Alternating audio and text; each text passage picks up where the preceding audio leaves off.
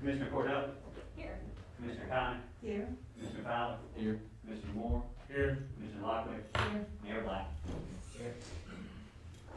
Let's start communication. Dear God, our Father in heaven, once again, we're thankful for the opportunity to gather together, do business for the town of Ranlo. We thank you for your blessings upon our town, and surely the people of the town. We pray for the end of this pandemic soon. May you bless us tonight as we continue to make decisions for the town. Let them be honest and upright and good decisions. And we pray in Jesus' name. Amen. Amen. Okay, first item is adoption of the agenda. Have a motion. I'll make a motion to that, please. I'll Jamie second. made a motion. I'll second. Katie, seconded, all in favor?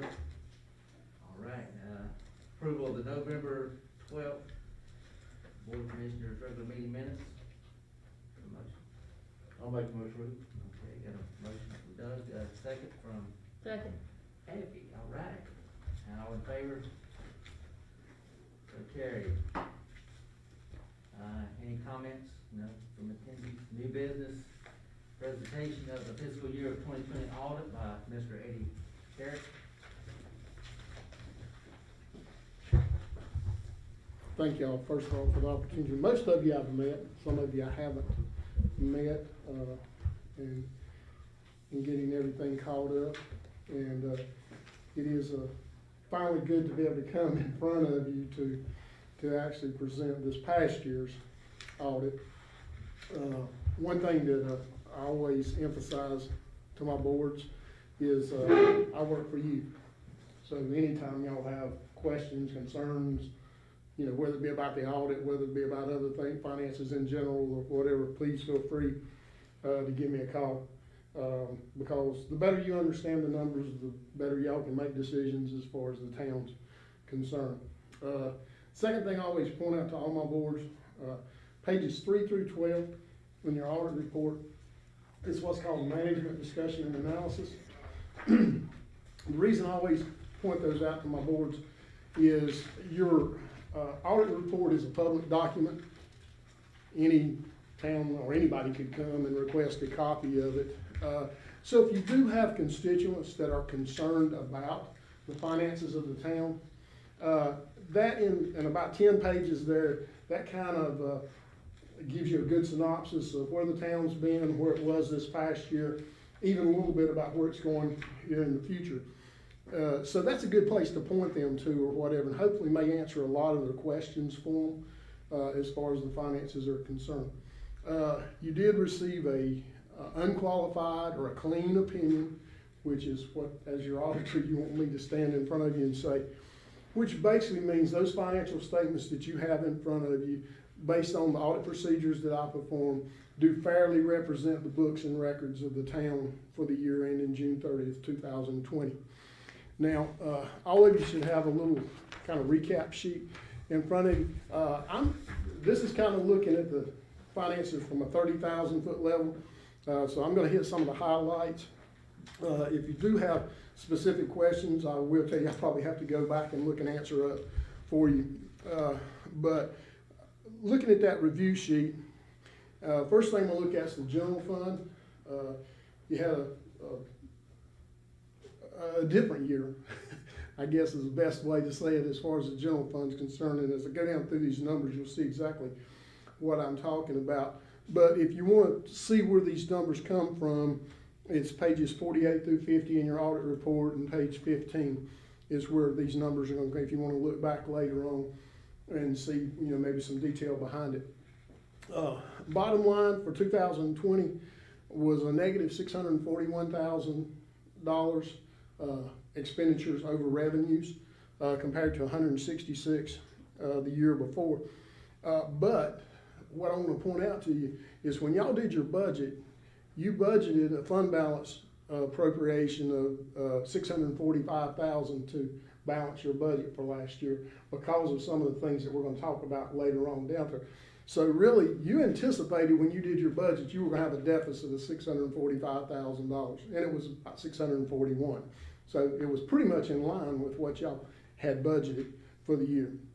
Looking at some of your revenues, ad valorem taxes were actually up about $125,000. Local option sales tax was up $26,000, which is a good indication that the economy was still moving along, because that's based on y'all receiving sales tax for people buying in the county. So that's a good indication as far as the economy is concerned. Grants, which were PAL bill funds, approximately the same is what you see. Refuse collection pretty much in line with where it was. So total revenues were actually up $120,000 over where they were the year before. Now, total expenditures were actually up $596,000 over where they were the year before. Public Works, you see pretty much about even for the year. The biggest thing was sanitation, and y'all bought 2 garbage trucks last year, whatever. So that increase in total expenditures, that was about 75–80% of it was the 2 garbage. And y'all elected not to borrow money to do it. Y'all elected to just take money that y'all had in the bank to pay for those, which we're gonna see is gonna have a little impact later on. Like I say, street, it was actually up a little bit, and that had to do with some street repairs and stuff that were done a little more this past year than what had been done the year before. Parks was actually down, and the main reason that was down, y'all had that grant the year before that y'all were spending the money out or whatever, and that was pretty much finishing up this past year or whatever, so that's the reason actual park expenditures. So at the end of the year, you still had an unrestricted cash balance of $621,000 and an unassigned fund balance of $575,000. That puts your unassigned fund balance as a percentage of current year's expenditures at 21%. Now, I'm gonna tell you probably when the state treasurer's office looks at that, and I can't remember whether y'all already gotten your white letter for this year, they're probably. Not for 20. Not for 20. You're probably gonna get one, and they're probably gonna say, oh, y'all are really getting kind of low on your fund balance as a percentage of current year's expenditures. But what it is, y'all had all those extra expenditures this year, so that kind of inflated the amount of expenditures. So actually, if you just broke even next year, that balance is probably gonna jump back up to about 40%, something like that, simply because of the extra large expenditures you had this past year. So, and as you're responding to them, that would be one of my comments to them is, we bought these large items, we paid for it in cash or whatever, and so that's the reason that percentage is gonna, and it should, when you get back to a normal year, like I said, that's gonna jump back up. Your ad valorem collection rate's at 99%, that's about 3% better than what the state average is or whatever, so y'all are doing really well as far as that was concerned. Looking at the water and sewer fund, and these numbers are coming from pages 51, 52, and page 13 of your audit report. Total revenue is actually down slightly this year, and part of that was you didn't collect as much of the service recovery fee, is that what it's called, or expansion fee or whatever.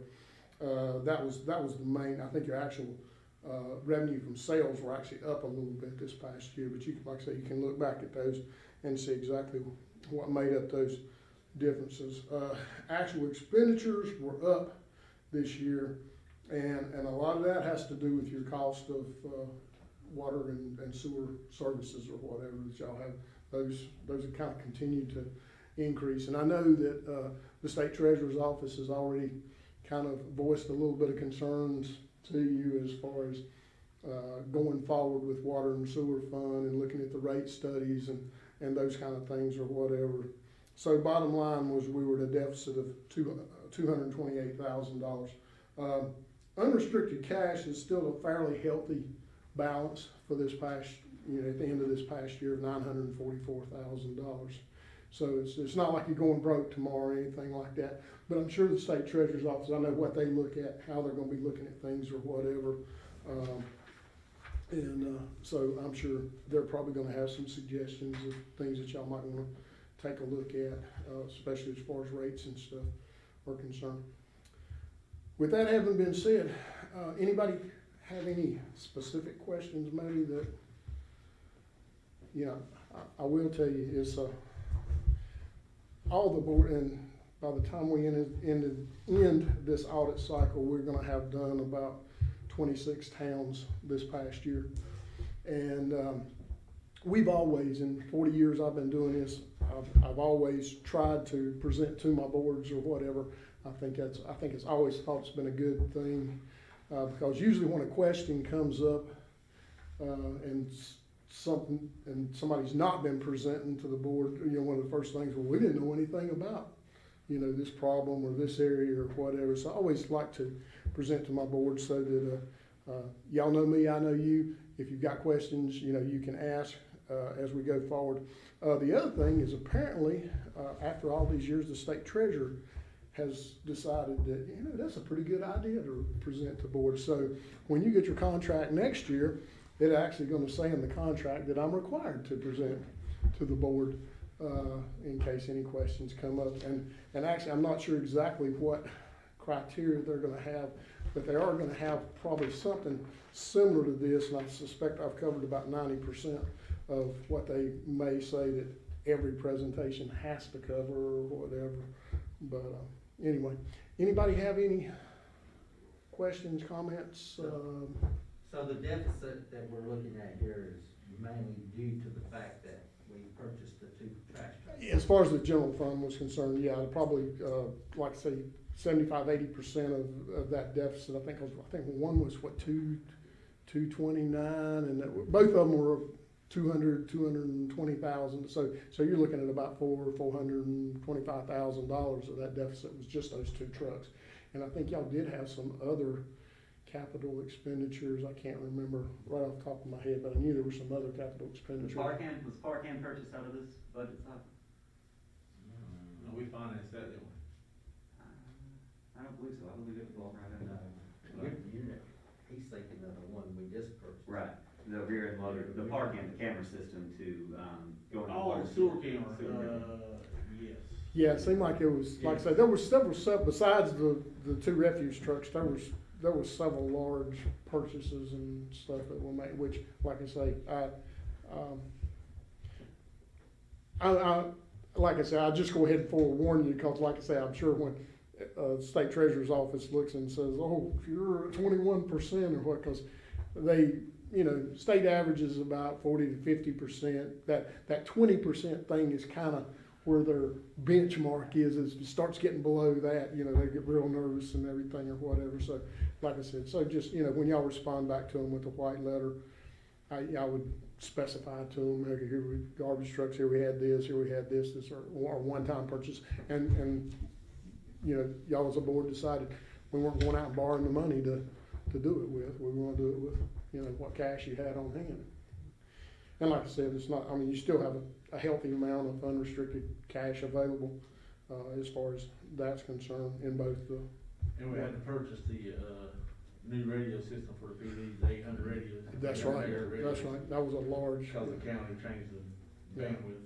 Yeah, so it wasn't like y'all just went out and spent a lot, decided, hey, we're gonna just spend a lot of money this year or whatever. I mean, most everything that, you know, the extra expenditures were, you kind of mandatory, or you were required to do it or whatever, so. Well, the upside is that we came out, without a big debt service. Exactly. That's always a burden on you. And like I said, you know, the way that I would look at it is, you know, when y'all went into this year, I mean, based on your fund balance, I mean, you know, y'all kind of said, look, we're gonna run a deficit of 645, if everything turns out perfect, we're gonna run a deficit of $645,000, and that's almost exactly where you ended up with, so.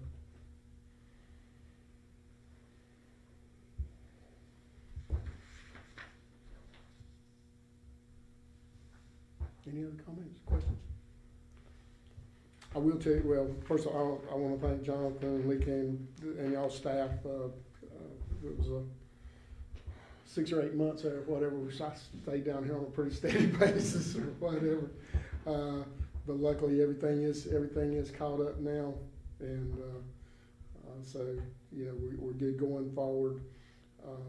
One little thing I always leave my boards with is, if you happen to wake up at 2 o'clock in the morning one night and you can't go back to sleep, and you get your audit report out and start reading it, trying to go back to sleep, because it will put you to sleep, and you find something you just don't really understand, don't call me at 2 o'clock in the morning, but I'm usually in by 8 o'clock the next morning. I'm a little facetious when I say that, but I really use that to emphasize the fact that, the only thing these audit reports are good for is to give y'all confidence in the numbers that you're seeing, where you're at.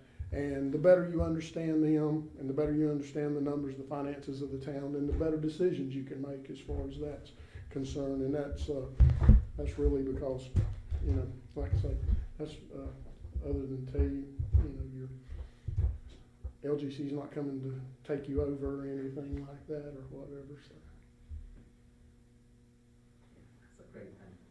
All right, well, we appreciate your input and, your help for the past audits also. Well, it's been a kind of interesting 6-8 months here or whatever, but like I said, and at least this I say, because I don't know how many of you seen maybe a news article or whatever, but there were several towns in North Carolina who were 3 or 4 years behind, and it hit the newspapers, and they named towns, and it was kind of funny because I had one of my buddies at, I think North Wilkesboro was one of them, and a couple, and he was like, "Do you audit North Wilkesboro?" I'm like, "No, I don't do the audit for North Wilkesboro." Not yet. Anyway, okay, thank y'all. Thank you. you. Thank you. Thank you. Mhm. All right. Next item on the agenda, item number 7. The Wooten Company summarization and report findings for the Boulder Court assessment. Go ahead, Robin. Hey, what was the gentleman's name that just left? Eddie Carey. Carrington? Carey. Right here. Okay. Right, fine. This is Slade Harvin with the Wooten Company.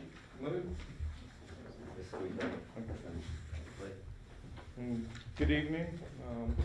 I was asked by Jonathan to kind of give an update and overview for the Boulder Court project. I think you may have the kind of printed out of the slides that can kind of go by. That if you do have questions, feel free to ask me, stop me. May be a little difficult with the mask, so I don't mind repeating anything or trying to help clarify, but just a quick overview that I'll say I work with the Wooten Company out of the Hickory office and have been with the Wooten Company for approximately 13 years and in the actual Hickory office for 6 years. But just kind of going in that based on what y'all are aware with sinkholes, kind of the settlement issues, and the deteriorating street, kind of what's referred to as alligator cracks, because if you look at it close, it looks like kind of alligator skin, but was kind of contracted by the town to perform an evaluation and investigation to kind of determine what appeared to be the cause of that problem. That partly because the street and infrastructure for that particular section in the development are approximately 5 years old, which is definitely way shorter than what it should be for kind of repairs and improvements needing to be done. The first step was done, involved kind of a visual investigation. Had met with Jason Green to kind of look at it initially, and then came back out to perform smoke testing and closed circuit television. I don't know if anybody was out there, kind of drove by when it was being done, but sort of just an overview of the smoke testing. You have a big fan that blows kind of friendly smoke that it's non-toxic, kind of uses a food grade oil, but sort of almost like a fogger that puts fog in the lines, and then any defects as far as large cracks or openings, you look and we'll see it come out, kind of any deficiency. And doing that, noted nothing in the pipes themselves, but did note a couple places on the junction boxes or curb inlets where the water goes in from the street after it rains, that there were a couple places where it was coming out between the precast concrete structure and the iron frame. The next step was using the town's closed caption television camera, which is, I guess the best way to put it is kind of a high-tech radio controlled crawler that goes through that has a light and camera to be able to look at the inside. You can't look at the outsides of the pipe, but at least you can look at the inside, and from that usually you can get a good idea of what defects may or may not be present. When we did that, and then sort of on the next slide, which I believe is slide 5, under the investigation culvert results, that there were definitely issues and deficiencies that were identified from that evaluation. The pictures to the right note 2 of those particular problems. One is the separated joint, and just to give everybody an idea of what that is, the separated joint, if you imagine 2 pieces of pipe or 2 objects, and if one of them pushes down or kind of settles on one end or the other, it either pulls apart. If the outer ends kind of settle, you get it in the center. If it kind of goes the other way and that portion settles, you get a opening or a void on the bottom. The sort of the bad part about that is when you you get the voids or you get the openings, that now provides an opportunity and an avenue for water from rain kind of in the soil to start going through. And when it goes through, it starts picking up smaller particles.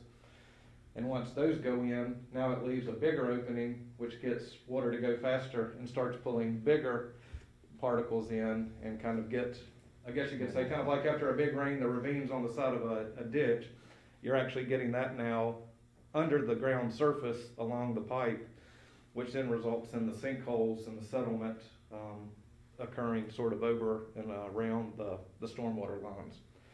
The other item that was noticed is kind of the same way that was causing the joints to settle because of the uneven settlement along the pipe. That force of being separated now, putting it either on the top or the bottom of the pipe, resulted in many of the pipes themselves having a crack down the top of the pipe, which isn't necessarily a bad thing at the moment. It's cracked, yes, it's not great, but it wasn't really letting water in. The problem becomes trying to fix the settlement that have generated the separated joints with the pipes kind of going up and down. Now prevents the problem for any repairs when you dig it up. Most likely that pipe will collapse or can't be reused because of the crack. The other problem sort of in the second picture below, sort of the separated joint, is the settled pipe. That it looks like kind of a zigzag line inside the pipes, and what that also causes is when you get the settlement in the pipes, it kind of creates low areas which now become a place where the debris collects and starts building up, which now also can back up or catch additional debris or stuff to cause flooding and other problems with the stormwater line. And looking and sort of through those evaluations, it appeared definitely there was some type of settlement issue along those stormwater lines that was causing the problem and resulting in the deficiencies. But the next phase, just to try to confirm that, was having a geotechnical engineer come out and do borings along kind of adjacent to the pipe and also within the road to identify sort of what may be causing the problems. Because one of the main indicator on the pavement itself, when you get all these cracks in it, is an indication that below the pavement itself, what's known as the subgrade, or even the dirt below it, typically is not suitable or either not compacted properly when it was constructed, which gets that settlement and causes then the cracks in the pavement to become visible. The biggest thing, what we wanted to do to be able to provide the best recommendation and information to the town is we wanted to know, definitely there was settlement and problems around the pipe and under the road, but to also determine, was that soil unsuitable, or was it just a compaction issue? So when any repairs would be made, did you have to bring in new soil to do any repairs, or could you possibly use the existing soil to help lessen the cost of any repairs that may be required? And through the results of the geotechnical investigation was that the soil wasn't necessarily the greatest, but it primarily just appeared to be most of the issues underlying the settlement of the pipes and the pavement appeared to most likely be just unsuitable compaction. That the soil could likely be reused. It was wet, but at least based on where the borings were taken, that it has a good chance to be able to be reused for the project and not have to be removed and then new soil being brought in. Done would be replacing the stormwater piping. Primarily also just due to it kind of the zigzagging, it's not really draining, and you're also having the separated joints which will continue to pull in soil and further kind of increase and continue to have your sinkholes in the street and also in the sidewalks and areas adjacent to that. The other item is just with where the smoke came out between the junction boxes and the frames would involve just recommending lifting the iron frames and putting in a sealant in between that and the concrete just to help keep water from pulling around those, to limit the sinkholes or kind of the settlement issues that have been seen around those structures. And then also removing and replacing and compacting the subgrade under the asphalt to rebuild the road and then repave it, to be able to kind of create effectively you're having to rebuild and install a new street once you put in the storm drain to then correct all the asphalt issues. I have a question, excuse me. Yes. How long, the piping that's there now is the original, correct? Correct. And it is. What was the lifespan of that? Is this like happening every 10, 15 years? No, the typical lifespan, if it was properly compacted, installed on concrete pipe, can be anywhere from 20 years to 40 years or greater. The concrete pipe is definitely a long-lasting pipe. It's just the failures that have been seen and observed appear to be due to the soil not being compacted and causing the settlement. Which would be the builders? Um, How do you, would that be a mistake on the builder's part?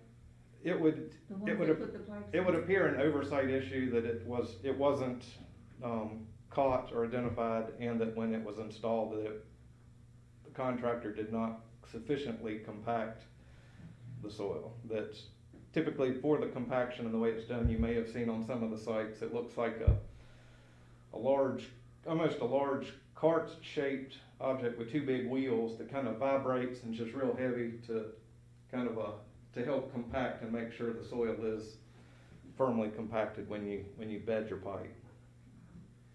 And Commissioner Conner, that was one of the reasons that we reached out to Wooten Company, because this isn't a common problem that most places see with such new infrastructure and such Correct. new street. And I mean, to be blunt, I think Slade even told me it was one of the worst that he had observed.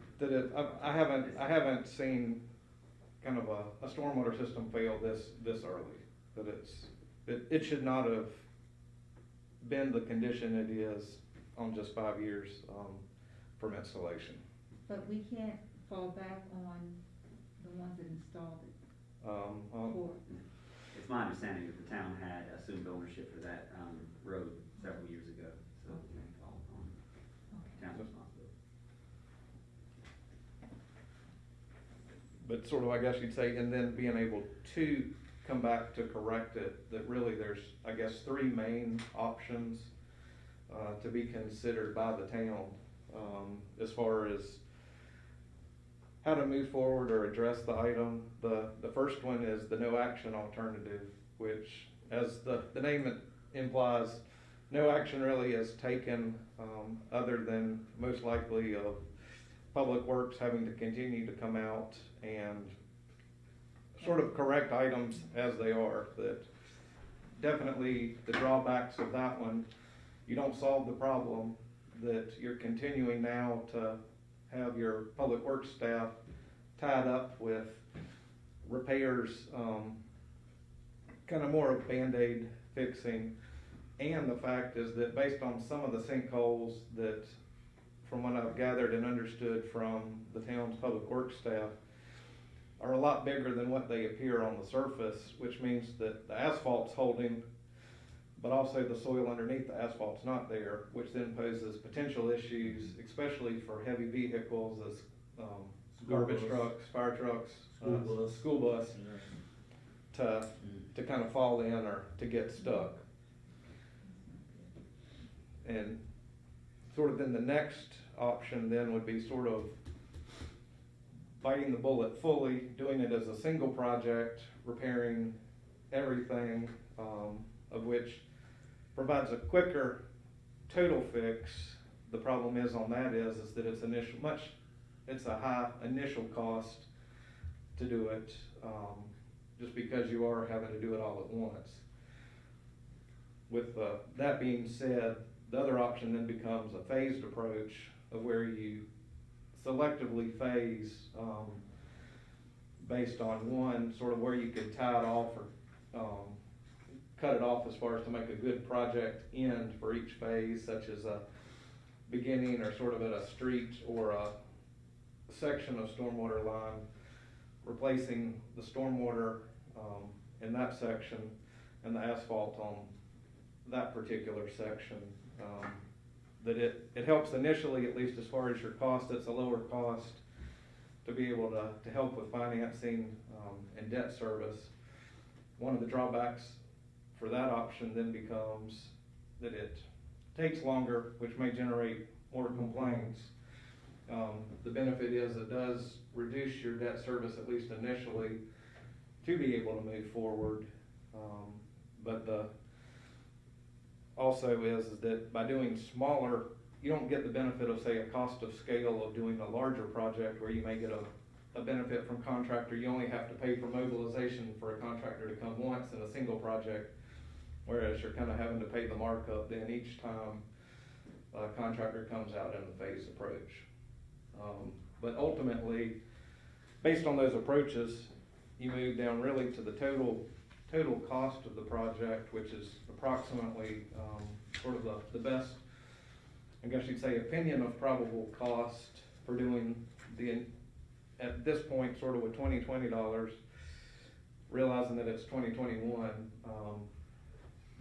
and unfortunately with COVID, that it's a little hard now to fully get an idea of exactly what the costs are going to be, but sort of a very good budgetary number, looking at the whole project, to then kind of evaluate on the town's financial position how the town wishes to possibly proceed on fixing it. But it kind of comes down to available funding and the willingness of the town and the extent of the debt service that could be incurred to do it.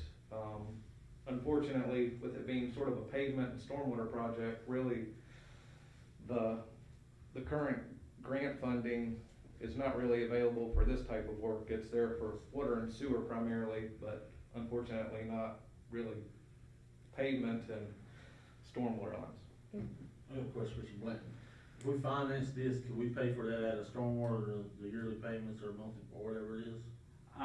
It could be split, and I'd have to look into it a little more, but it could potentially be split between stormwater and Powellville and probably the general fund. Yeah, that was I guess the next thing is, at least with some of the pavement, that the Powellville funds could be used. And we do have a rather healthy reserve and fund balance for Powellville. Yeah. Certainly not the totality of these costs, but we have over $300,000 in our capital management account for the Powellville fund. Mr. Blunt, didn't we also have some money set aside for the repayment of that street as well? Not that I'm aware of, Commissioner Bowell. specifically for Boulder Court? I don't know if it's for just Boulder Court, but I thought there was some money for the repavement of those streets. That's regular power bill money, right? Powell bill, we get around $96,000 each year in Powell bill, but that's for, town streets throughout the entire town, that the, town maintains through the, Department of Transportation. If this is not fixed, this can lead to a big sinkhole? I know at least I'm trying to, can help me with the street as far as I know when you, Nightingale, Gunner. Hillcrest. it's kind of where the current, the hole formed. I was gonna say that is where the picture was taken as far as your significant, I guess you'd say separated, pipe. That potentially, yes, any sinkhole could open up anywhere on there, but as far as that large separation, when the camera was here, you could already see, looking into the pipe, that at least 12 to 24 inches up was already an opened area in there. That's the part of where, I guess you'd say, it's hard to determine, looking at that point, to be able to gauge really where the sinkhole is. My biggest concern is school bus going out through there, you know, fire truck, it falls in, yeah, it's damaged, but we got insurance for that. You got a busload of kids going out there and it falls through the road and That's dangerous. hurts a bunch of kids, you know, that's not acceptable anyway. Right. Or somebody's house is gonna wind up washing off the foundation, is gonna give out because the ground's going away into our stormwater. So, I mean, if it was me, I mean, if it was up to me, we'd do the whole thing at one time, get it over with and finance the money and go from there. Right, which I was gonna say, that's definitely, kind of the town finance position as far as what's available and, that, yes, I was gonna say, it helps because you don't have the cost add up, but I know one thing that as far as the cost, the biggest thing just to make sure that if you do it and finance it, that it just doesn't put the town then in a position where, based on that debt service, you also can't do other things, that may need to be done within the town. And these repairs are good for 20 years, is what you're saying?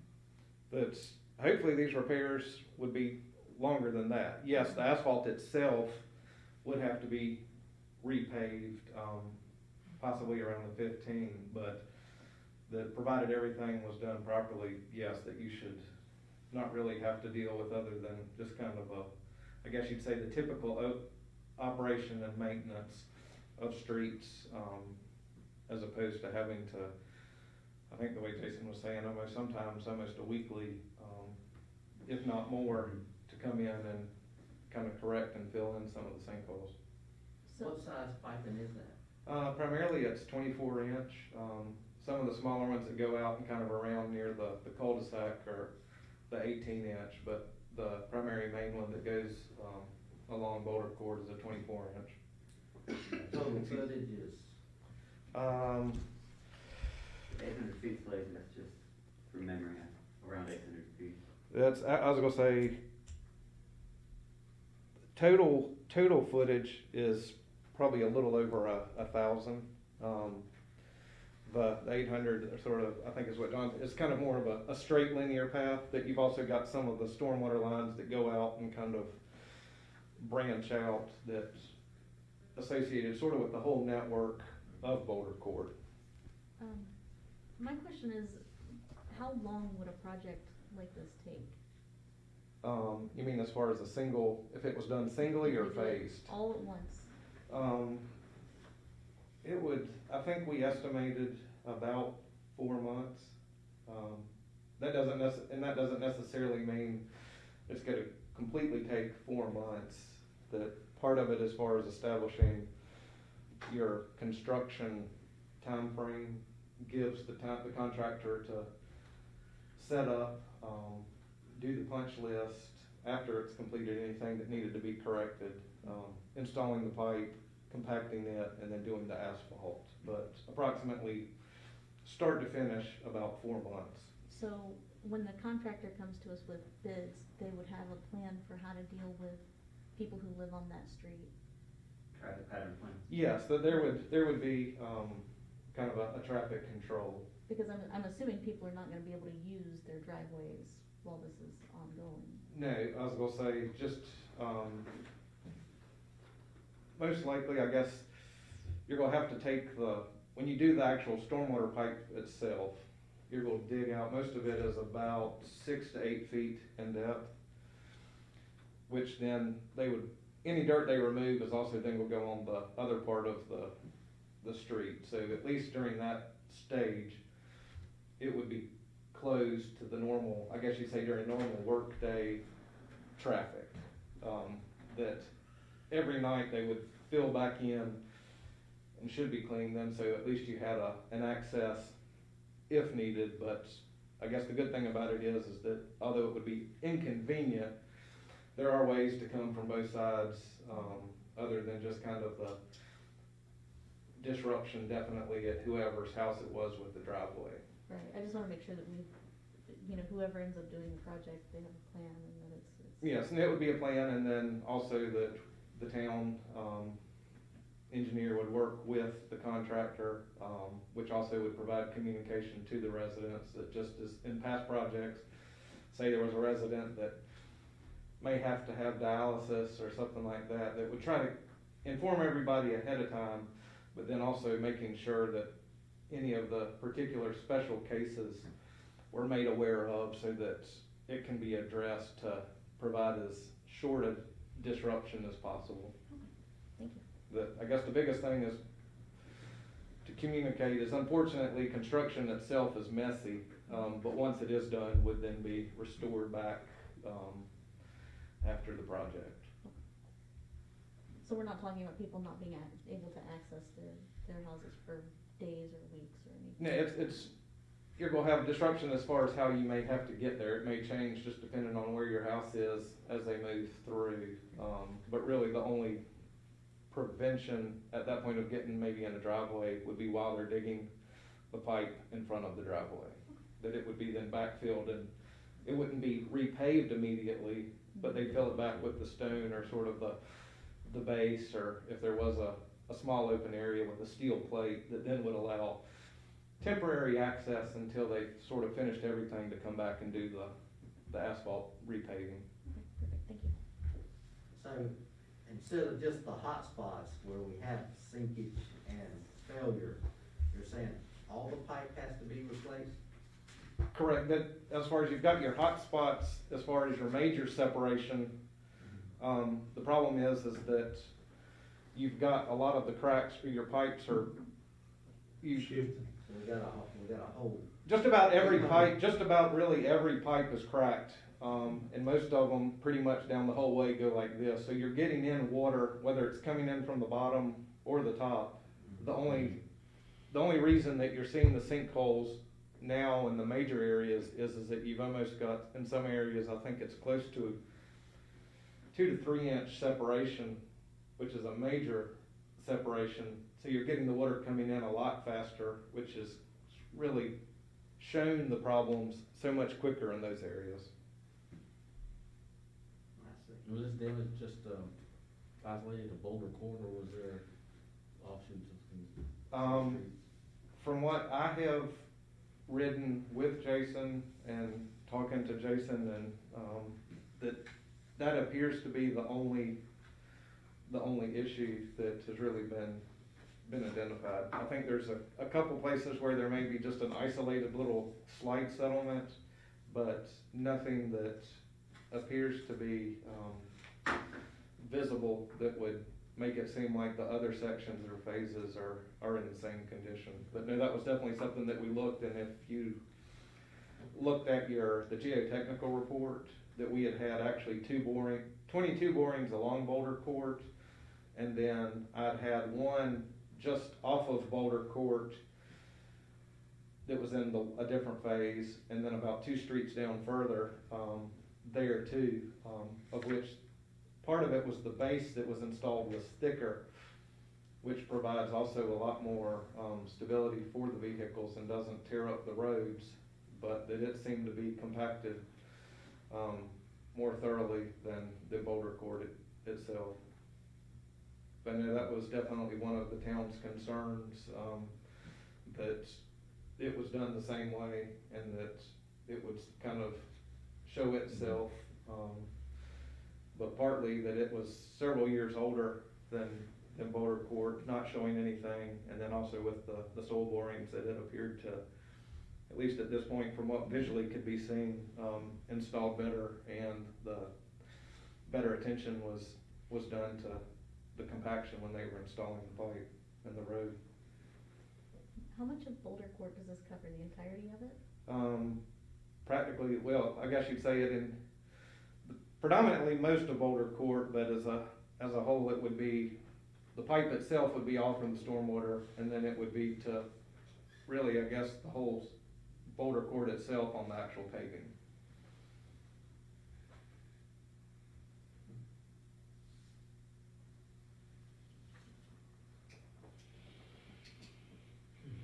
Which is not necessarily good news for the town for No. such a new street. If this were approved, when could you all start? How soon would you all start? If it was approved, and I guess as far as the town wished us to proceed with kind of moving forward everything, that the overall, project could probably be advertised in approximately a month or so.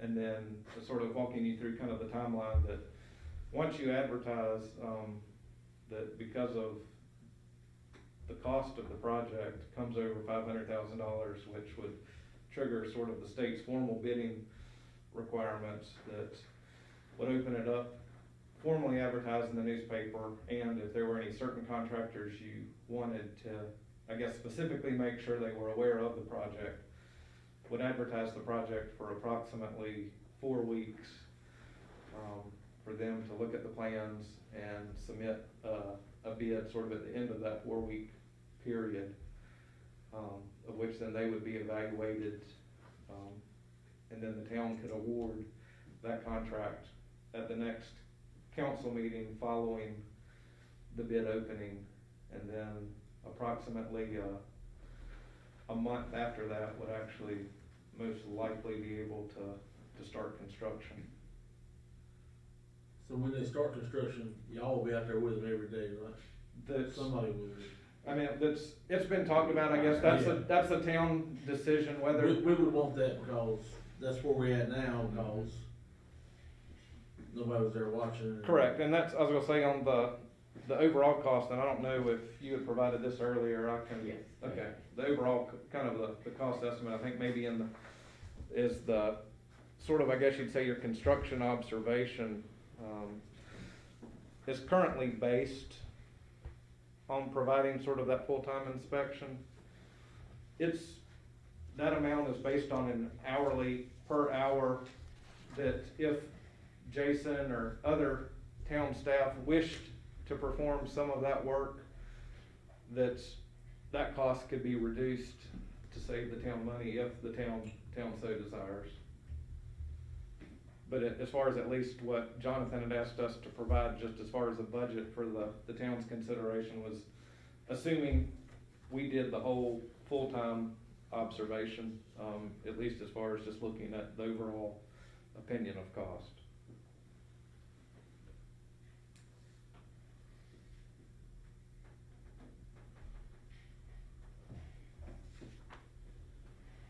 Any more questions?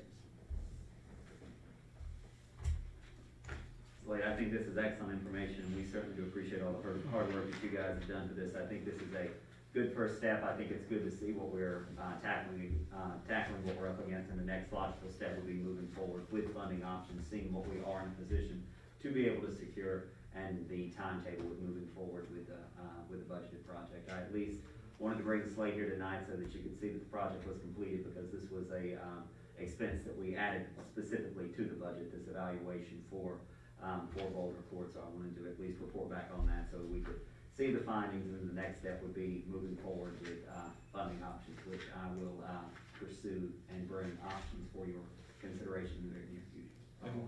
And also just, I guess, kind of to follow that, as far as the timeframe, as whether the town wished to do the initial first phase or everything, really wouldn't change the ability of when it could be able to be advertised and kind of start the process. And also Slade and his team at the Wooten Company helped us greatly with our CDBG infrastructure grant and our CDBG coronavirus grant, so we certainly appreciate all the hard work that you guys, I'm glad to assist. Thank you. and our AI, and our asset inventory assessment grant that we. Well, hopefully we'll have good news in about a month. But any other questions that I can assist with? Can't think of any. Well, if any other questions do arise, I was gonna say my contact information is, I believe, on the last slide. Also that Jonathan has my contact information, of which you can send your questions or ask him, and he can also get in touch with me. Thank you. But no, thank you very much, and I hope you have a good evening. Thank you.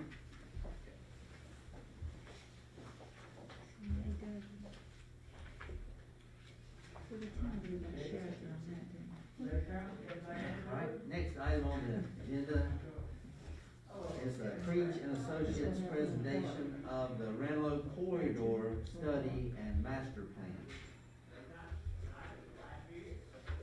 He'll be coming in. Set up in here. Even as we wait. Normally, this individual would be sitting in the audience and come to the podium. But however, Here we go. Maybe here for this work. Good evening. Good evening. Just a few minutes as we put these rickety old things up.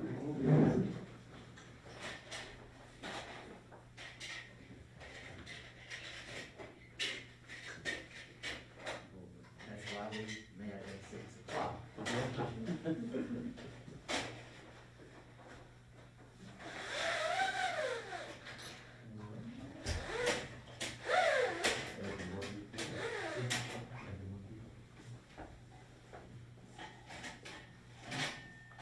Okay, I'm gonna stay back here for everyone to look at tonight.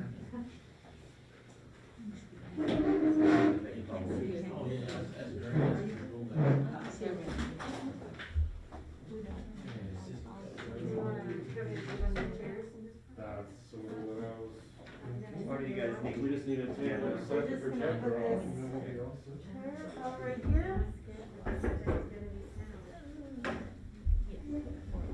What's wrong?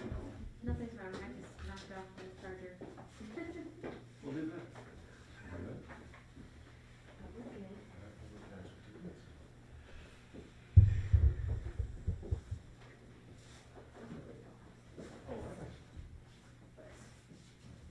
Just tell me and I'll be glad to help. Oh, no, we're glad to do things.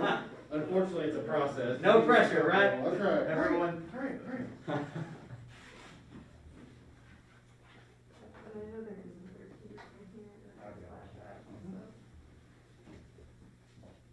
Need an extension cord.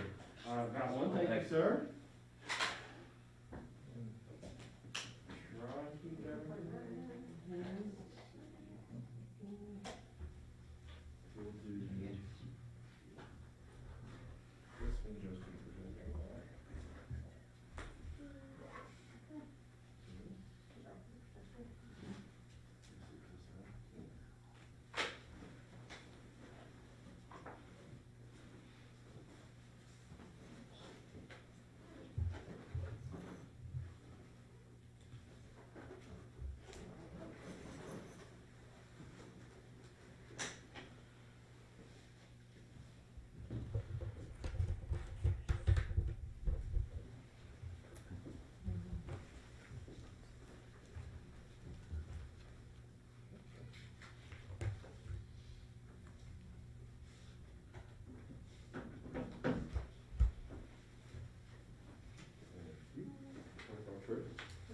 Trip hazards.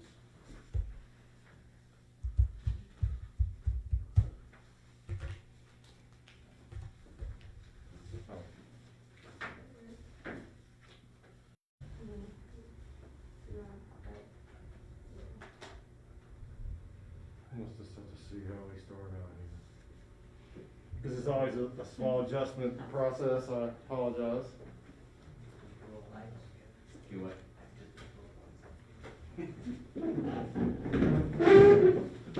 Y'all need the lights up? I'm gonna do it just to begin with, to get me set up, if that's all right. Oh, look, it is on. Just switch right.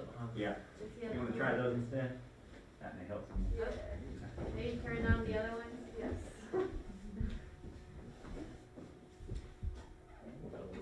Is that enough? Is that good?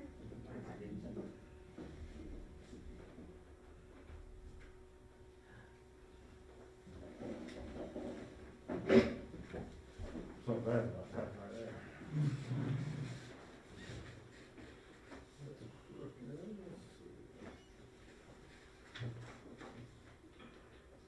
Optics of the room, I guess. That old empty paper.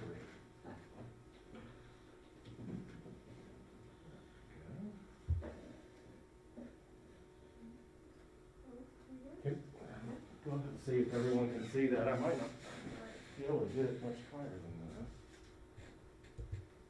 that. Is that doable? Can y'all see that? Let's see if I can get out of your way a little bit more. Just, I saw it. You It was got it. close. Oh, I have that.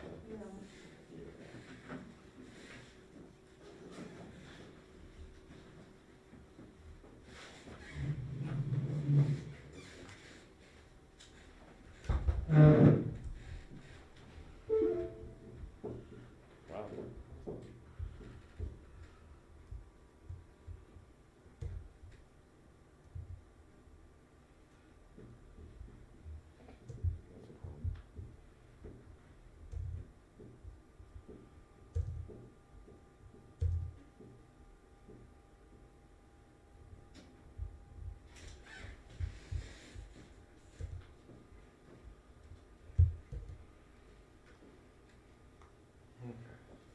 Are we working here? Are we operational? We are. Okay. At long last.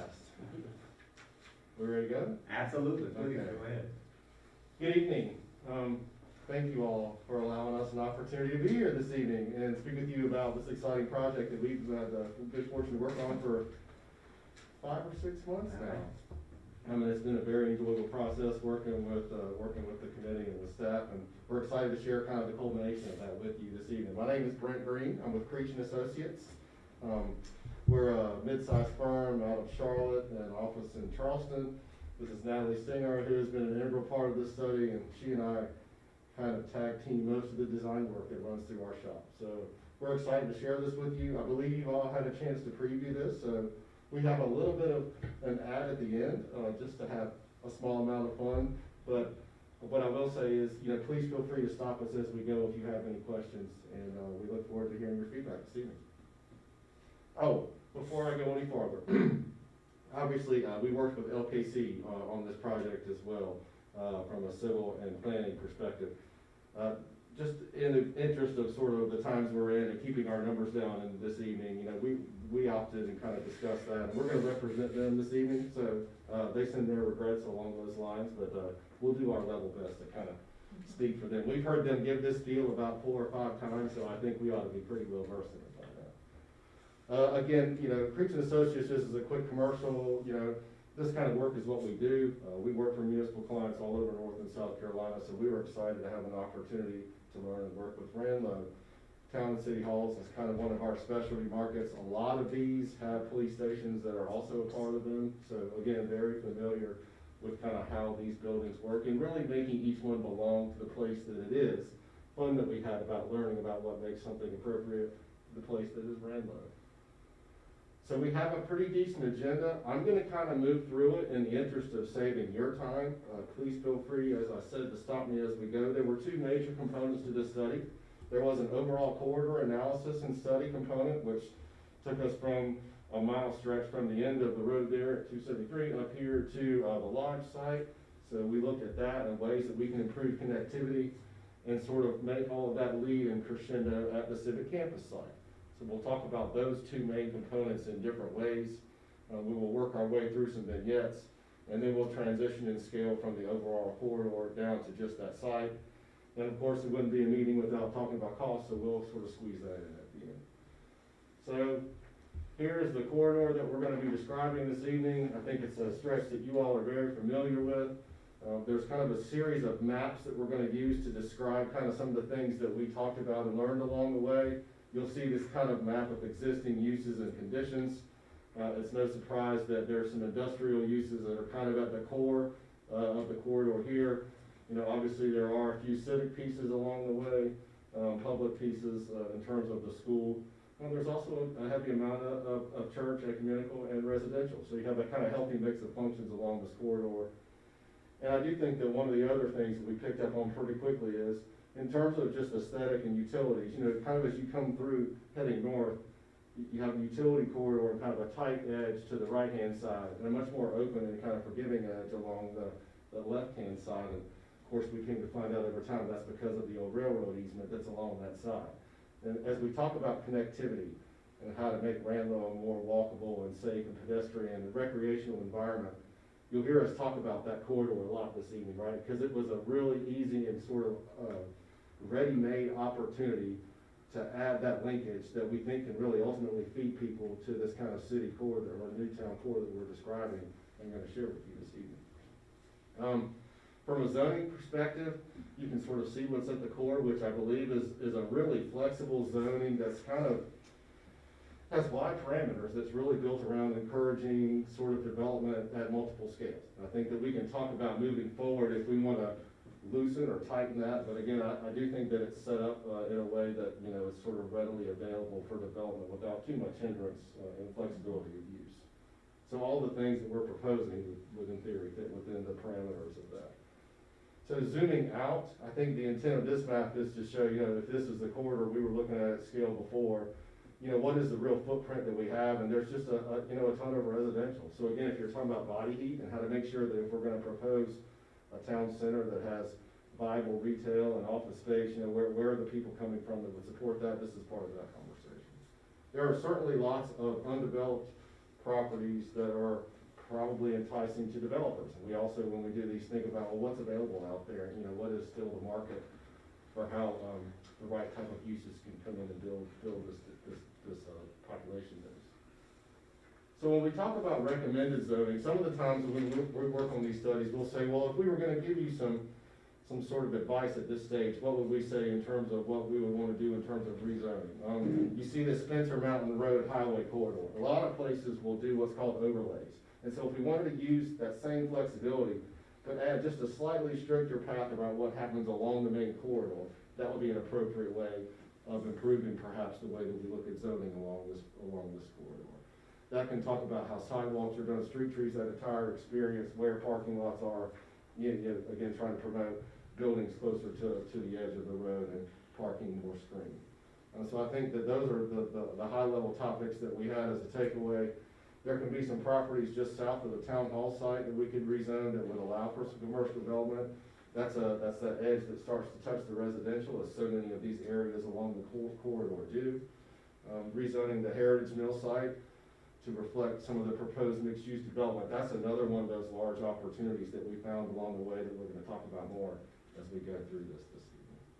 So just some high-level recommendations about how to build on and preserve both the character of what you have and encourage the right type of development moving into the future.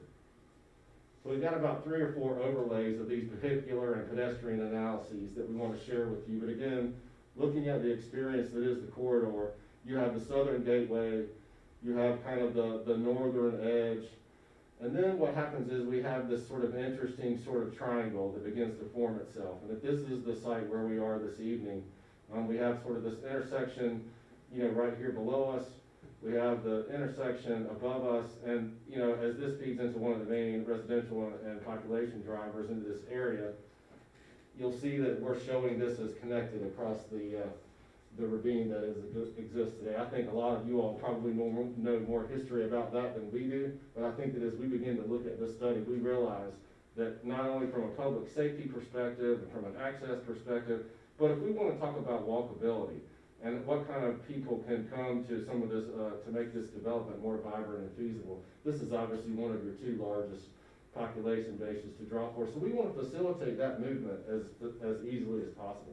So pedestrian at a minimum, ideally vehicular, maybe it's just for emergency vehicles. We realize there are some hurdles that you all have talked about in the past about that, but we wanted to surface that idea again because part of the success of this analysis probably builds in maintaining that triangle circulation, to feed back into the neighborhood.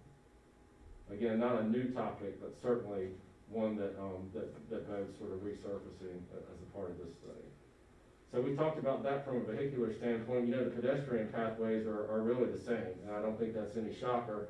You're gonna begin to see this kind of pedestrian path all along the north side of Spencer Mountain, and that begins to feed into using that easement as your rail trail. There's lots of kind of trendy names that we can throw on what we feel like that pedestrian connector and recreational opportunity is that can live along that edge. Of course, we want to facilitate safe passage at these two nodes, because ultimately, as we want to, again, promote that sort of triangle of opportunity and circulation, we think that could be a really wonderful experience. You see these radius, sort of light yellow circles that begins to tell you what's within a 5-minute walk, what's within a 10-minute walk. You can see end to end, it was a 15-minute walk, so if you're out one evening and you wanted to do a half-hour exercise, you go from end to back, or you start in the middle, go from one end to the other and back, you kind of gauge what that opportunity presents.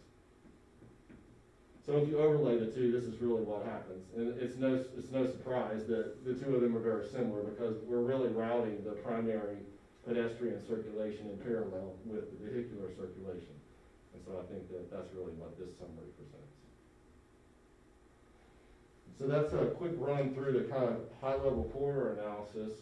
So one of the things that we did as a part of this also is a space needs analysis, where we go through a process and work with staff and the police department and tour other facilities, use our experience and modeling that we provide, and generate what a need is for not just today's space, but thinking about civic buildings that have at least 20, 50-year lifespans, looking out into the future 20 years.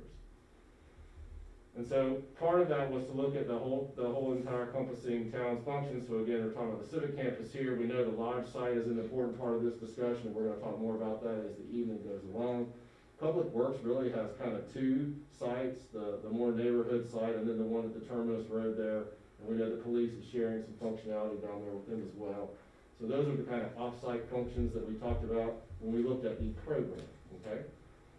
So in terms of Public Works and police off-site, what we learned from speaking with them is that having a presence in both locations actually serves them pretty well, that there's a natural home for the administrative and some of those pieces up here at this location, and any of the overflow that this yard size doesn't offer, they have to accommodate back here in terms of some area for growth.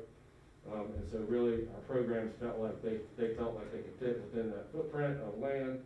The lodge site obviously is kind of a jewel that could even serve you better if it had a slightly larger venue.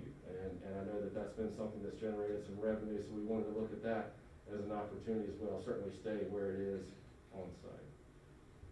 So we did an analysis of both of those components, the Public Works side and the Parks and Rec side, and you can see here kind of at a high level, we ended up with the program size for each of those components. And effectively, this one can take care of itself on site, but what we'll highlight is the lodge size.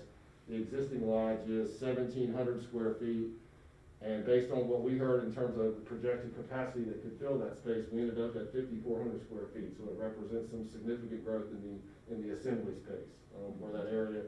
And of course, the larger assembly space means more restrooms and the kitchen and the other components that come with that to make the entire space functional. Then we transitioned to talking about the town hall and the police department. And of course, we look at those two separate. On the left side, you see the town hall, you see the departments here, and our programs are always broken into 3 columns. Current existing says kind of the space that you're in today, what the current proposed, in other words, what our model based on working across the Carolinas in similar size, benchmarking other municipalities and population bases, what it would be based on this staff load, and then what the future proposed is, which is then taking what the model for today would be and thinking about 20 years out. And those growth spaces from the second column to the third are primarily staff adds, because you're going to build the size of the core large enough to facilitate the growth to begin with. So that, at a high level, developed 12,854 square feet for what will be the town hall program to represent all of those departments' needs. A new council room that we're in this evening, size to fit larger capacity than this one is, and all of the support spaces that are appropriate with that. and then the police department program ended up at 7,900 square feet. Well, we toured, Cherryville?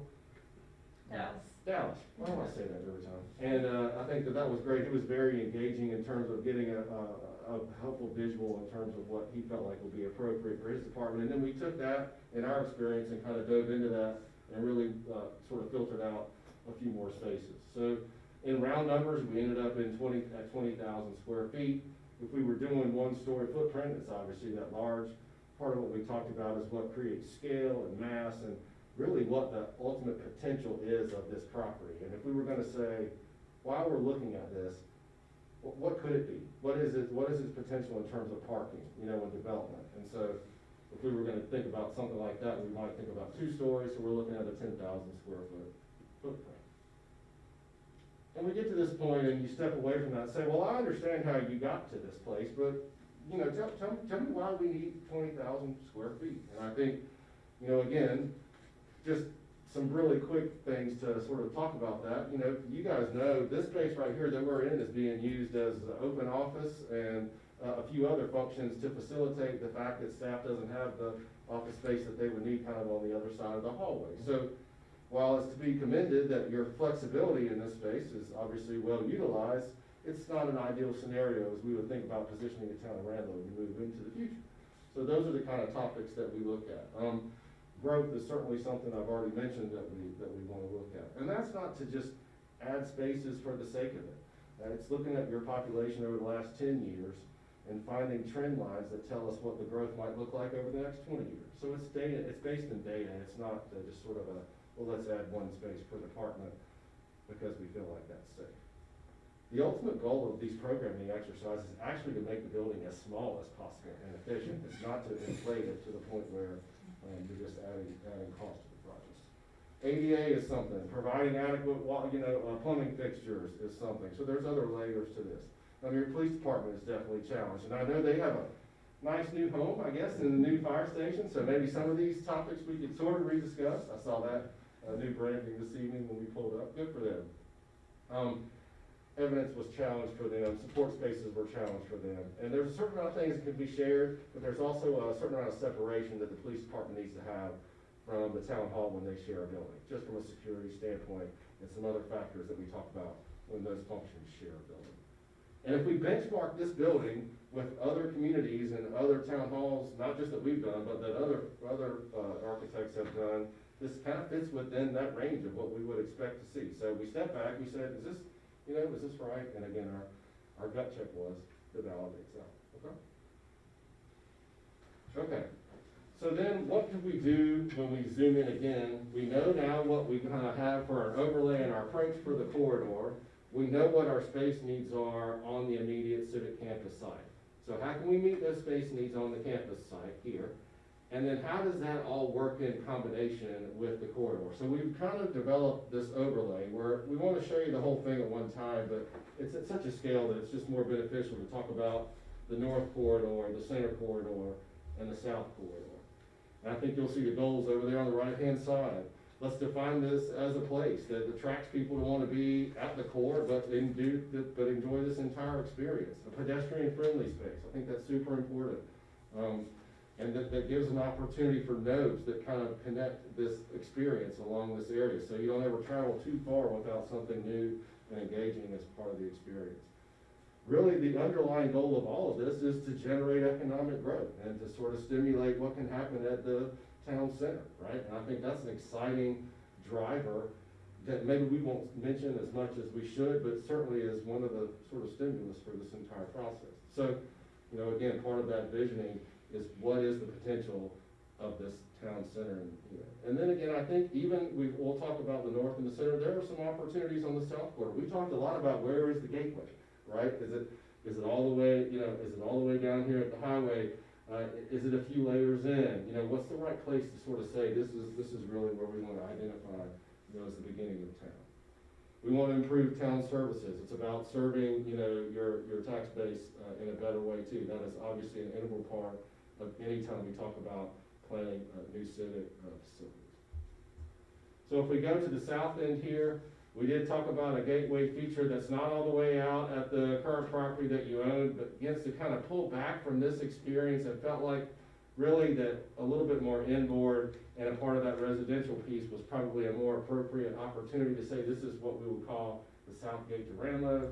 We've talked about a pedestrian connection that leads over to a park that's kind of the end baby experience on this end. We'll show a few street sections as you walk through here to give you an idea of that scale, but you know, here's your rail trail. You begin to see how that could be defined and work along this edge. You have this open green space adjacent to the school that perhaps could be joint used and become an opportunity along that corridor. Moving to the center corridor, and you begin to see these red buildings which identify kind of new development that's being proposed. The new town hall and police station shown in blue. We'll look at some options, that were presented as a part of that here in a moment. That was sort of the one that we landed on. You know, are there ways to realign sort of this intersection and sort of reconfigure and maybe reallocate space used by the playground to improve the street alignment, but to also put more usable square footage into this parcel that you own. So you'll see those pieces here. We really dreamed big and said, okay, well, if we're really looking at this from a longevity perspective, creating that density that would be so easily identified as the city core really would be development on both sides. So can part of this mill be modified where we keep the core but then free up space along the edge for development? Okay. And then on the north side, such a fun time looking at the Heritage Mill site. There's a huge appetite in this region for adaptive reuse of those spaces. I just came from Rock Hill last weekend where they put an event center inside of one of those old mills down there. So the range of opportunities is very wide. So whether it becomes residential lofts or whether it becomes office space or whatever the right use is that supports some hospital need, certainly an opportunity for a developer to come in and grab and create a mixed use core. And that would be a really nice piece when you're coming in the north side, as along with the lodge redevelopment. And I think that we would talk about ways that we can improve that. And that becomes kind of that first experience as you're traveling that way along Spencer Mountain Road. Here you see one of those gateways that we talked about at a much larger scale, one of those blue circles, which is, one of the nose on the triangle, and how that would want to be played up and rendered in a way that could be a pedestrian friendly and kind of a gateway experience. We talk about street sections, whereas if we're at this scale, and we say, well, what does it feel like if I'm walking along this edge? How does that pedestrian experience? And you see, this is if you were sort of headed north, you see that kind of tight utility and pedestrian experience that lives kind of on the eastern side, but the western side really offers that opportunity to have a nice buffer from the street and create scale and opportunity for shade along that path. That can obviously be done in phases. When you get to the city center or town center, if you think about development on one side, then you begin to have this experience, which you can see automatically begins to change the scale, just even with that facade on one edge. And the reason that we talked about the potential for development on both sides is because, again, the change just in defining space, just by adding one edge to adding two, really begins to talk about that experience at your town center. I think as you travel out of that dense area and move north again, it begins to soften because you're away from that core, and again, it's probably a mixture of planted and existing trees that give you that rail trail experience. We talk about making a place in the town center, and we ask questions in the very beginning like, what are the building elements that you want to see? Are we talking about a tower element on a corner? Are we talking about 2-story or 1-story? Do we want to think about retail and mixed use that has canopies or arcades, covered outdoor walking areas? Those are the type of things that you would see commonly in development of this type. And we asked ourselves in the committee kind of what are the things that we would hear? And I think our takeaways were 2-story is probably the right look, that we think as long as we can park it. We like the mixture of canopies and arcades in terms of residential. Tower's a fun one, and of course you'll see kind of where we landed on that here in a minute, but towers don't have to just be on corners. They can be used for other elements architecturally as well. All right, so moving in at the last scale for the site before we get on to the civic piece. Here zoomed in again at the Heritage Mill. The concept was 2-story office retail, and creating buildings that line Spencer Mountain Road and create these unique sort of courtyard spaces that almost are triangular in nature. This is that known intersection that's the one at the farthest east that creates that sort of core that we talked about, easily facilitating almost open space and green that's part of that gateway experience coming from this direction, allowing the water tower to stay, but really stripping off, you know how these things are done, there was a core building and every time they needed space, they added on a little spot here and a little spot there. Structurally, usually those are pretty easy to go back in and remove. We did that in Mount Holly with their Citizen Center. We're really successful in converting that into space for them as well. But you wanna keep things like this wonderful water tower and some of the other things that are part of that vertical experience as you come in town. And has a lot of flexibility on that side. So I think that's the idea there. And again, we just kind of test fit development to make sure that the amount of space that we're showing in red, you know, is something that, you know, is actually sustainable. This is one of those things where you go grab a developer who's interested in things like this and say, hey, we have an opportunity here, and we'd really like to talk to you about it. On the lodge side, you see it in blue there in the center. It's in the same location as the one is there now because it's in the right place. One of the exciting things that we would talk about here, and I should have talked about this when we were actually at the larger vignette scale, is this pedestrian connection, you know, over to the park, over to Coastal. And I think that that is a huge advantage to this location. And whether or not that's facilitated through heading up this way and you know, asking Duke Power to let us use an easement or facilitating a connection that leads through the existing property that you all own at the Terminus Road, it's a topic that we need to remember. But you'll see in terms of the lodge site, we've just improved the kind of entrance experience from a vehicular place. We've separated the service from the kind of main parking. The building is larger. It's tucked against the edge of the woods. That's a nice buffer still, but this would give you almost a semi-private space if you wanted a smaller venue that's away from the road some.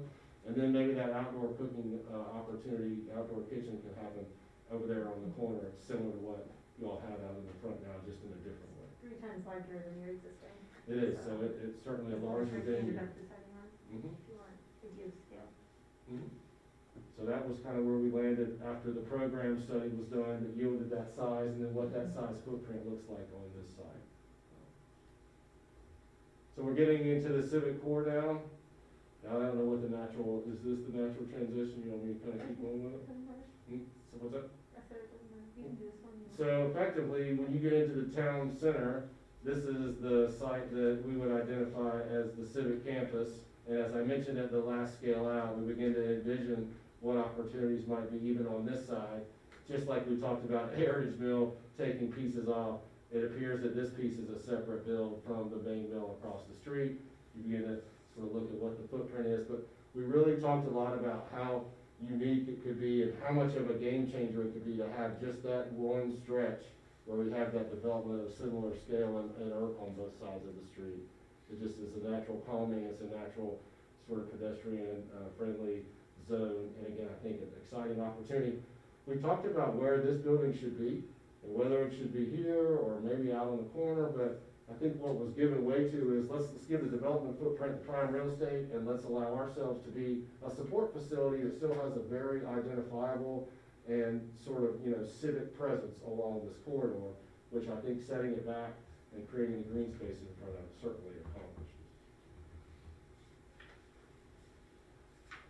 So actually, I guess I got a little bit ahead of myself, but this is exactly what I was just speaking to, and I think this is yeah. So here's those two options that I just spoke of. I should have held that commentary until this. So yeah, so like Fred said, we looked at 2 different options, and both of them, what we were trying to do is really create a place on the corner. And so one of them, you know, has the town hall pushed back, so it's really lending the corner to be used for an economic use, whether it's a restaurant, an office, but really something to attract people to that corner, and kind of put the money where, I guess, where the town can make more money on the corner. And then place the town hall a little bit back from the site and create this civic green. So as you're walking down here and you have this density, especially once you develop on the other side also, it really gives a little bit of relief in the middle of the block. And allows for a nice entrance into the town hall. The other one, you know, places the town hall on the corner so you can see it as you come into town going north. But again, really it was decided that we should place some emphasis on maybe some restaurant, retail, some of those sorts of spaces to attract people to the site, and then place the town hall a little bit further back. another thing I do wanna mention that we wanted to do was really clean up this intersection right here. So you'll notice Park Road doesn't exist, coming through here in either of these options. So I know this isn't always, the easiest intersection to navigate, so especially as we're, putting more buildings on the other side of the road, we really wanna clean that up, make that a four-way intersection. And then what we did to offset that was widen Day Avenue, so that if you're coming, down Park Road, you just turn down Day, which would again require widening that road, and then it would spit you out into Spencer Mountain Road at a little bit safer of an intersection down here, again, to clean that up. Another thing I'll point out that we really try to do is just line the street with all of the buildings. So as you're, driving, you're walking, the street's very activated, and all the parking is hidden behind here. And so what we're doing, we're just balancing how much building can you actually put on this site, so how much of the land is developable based on, the zoning codes, and how much parking is necessary for that amount of square footage that you're building. So then this was the option that we landed on. So again, you'll see the town hall pushed back, nice public green out in front. I'm not sure if you can tell, but we have a bunch of different seating options all along the walkway. So you have some in the public green right here, we have some along the street. When you turn the corner, there's some in back to really, activate the back side as well.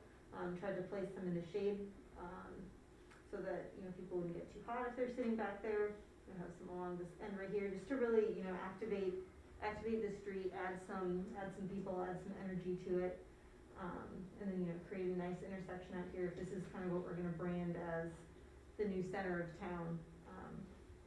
Make that nice, nicer to walk across. If you parked over here, you wanna walk across the street, that's nice to do so as well. Excuse me, with this one here, that means the ball field will go?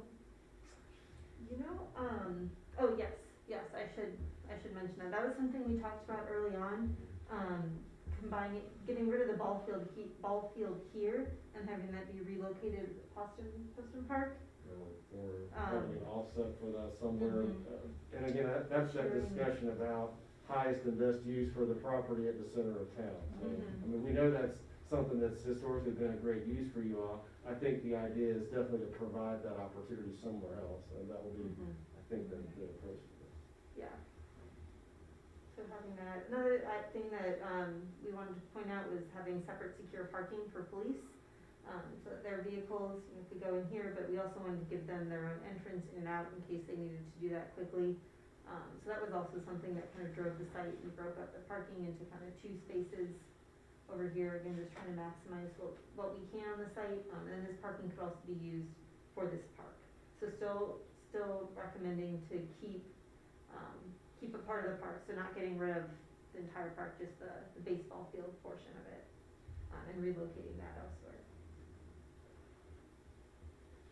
And then we really looked at the building. So our square footages were kind of based off of our programs, that Brent had talked about. So we had around a 20,000 square foot building, combined for police and town hall. And again, wanted to do 2 stories to give it a bit more prominence, especially if it's pushed back. Really make it a statement building, something that can help drive development. And so we ended up with 2 floors, largely police on the ground floor, and then town hall up, which also helps with some of the security items for police. If they're dealing with evidence and those sort of things, it's easier if they're not going up and down stairs. It's also easier if they have to leave quickly to have all of that located on the ground floor, and then placed the town hall upstairs. So as you come in, so the public entrance would be from the front, there'd be staff entrances in back, so you could separate those 2 functions.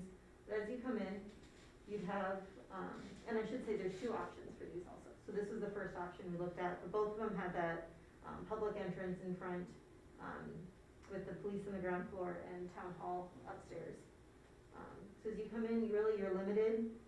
You see these red dashes are the security barriers, so really the public is limited where they can go without being let back behind a door by someone. So you have administration and a receptionist on one side.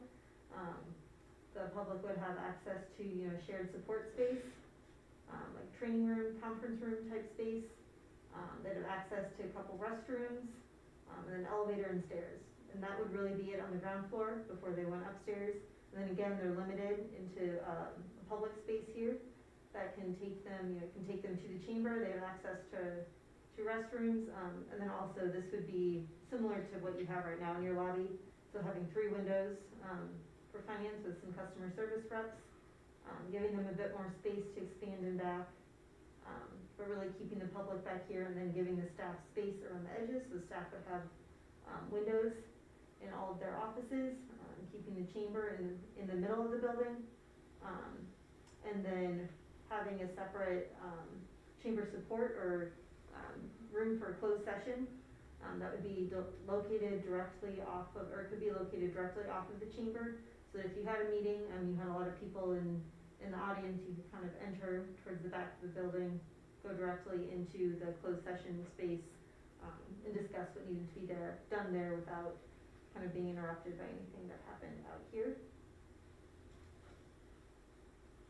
And then the other option was similar, but one thing this one does that's different than the other is it has this covered entry piece out front, which also really helped offset some of the differences, because when we did our program spaces, the town hall needed slightly more space than the police station. So that helped offset a little bit of that square footage difference. But this one still limits the public up here. We did add a little bit more, public space in the front, so you have a shared support, the training room still, another smaller conference room, and then another community or flex space. So that would allow for future growth if that was needed. But also it would just allow for, give back more space for the community. So in terms of planning for future growth, in the meantime, don't let that sit empty, but really, allow that to be used by the community.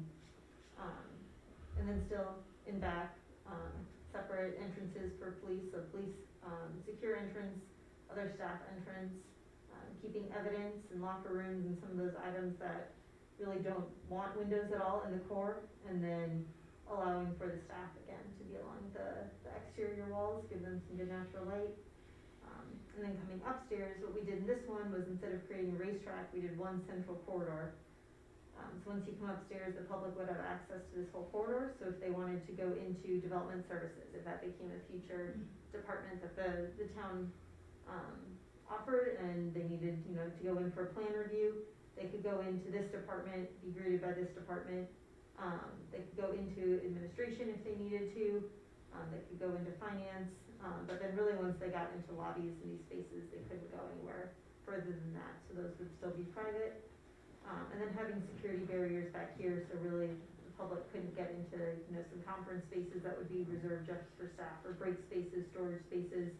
And then again, still having, a council, support room, council, closed session room located in the back of the building, again, so if you were disputing something in closed session that was a bit more controversial, you wouldn't have to walk out through the public, to do that. And we're recommending that there be, a small restroom and stuff back here too, so you wouldn't have to go back out into the public space to use that if you needed.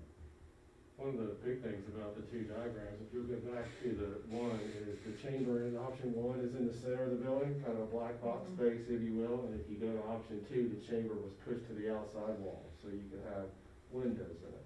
2 different schools of thought. Some people say, well, we always are in there in the evenings and we're doing presentations, so we don't need the windows. And then otherwise, well, it's flexible, staff's using it all day long, it's nicer if it has windows, so that's one of the other differences. It is, yes, thank you, Brandon. Sure. And then we also said, well, we know we don't need that much space, at least right up front. So what if we wanna save a little bit of cost and shelve some space? Are there opportunities to do that in terms of phasing a bit of the pricing? So we did look at that. What we came up with is on the first floor, so really for police, you could almost shelve these investigation offices, have these offices be located in police admin for now, so once, either of those departments grew, you would have another office suite for them to grow into. But really, you could shell that space. The rest of the spaces would be more support spaces that would be needed regardless, so you would need evidence storage anyways, you need your locker, shower, and really these spaces don't make sense to shell out. It makes the most sense to build those all together. And just a couple other spaces, patrol is usually one big open area, allow for some collaboration there, having the gym in back. I should point out the gym would be shared for towns, all town staff, so not just police, but town hall staff could use that as well.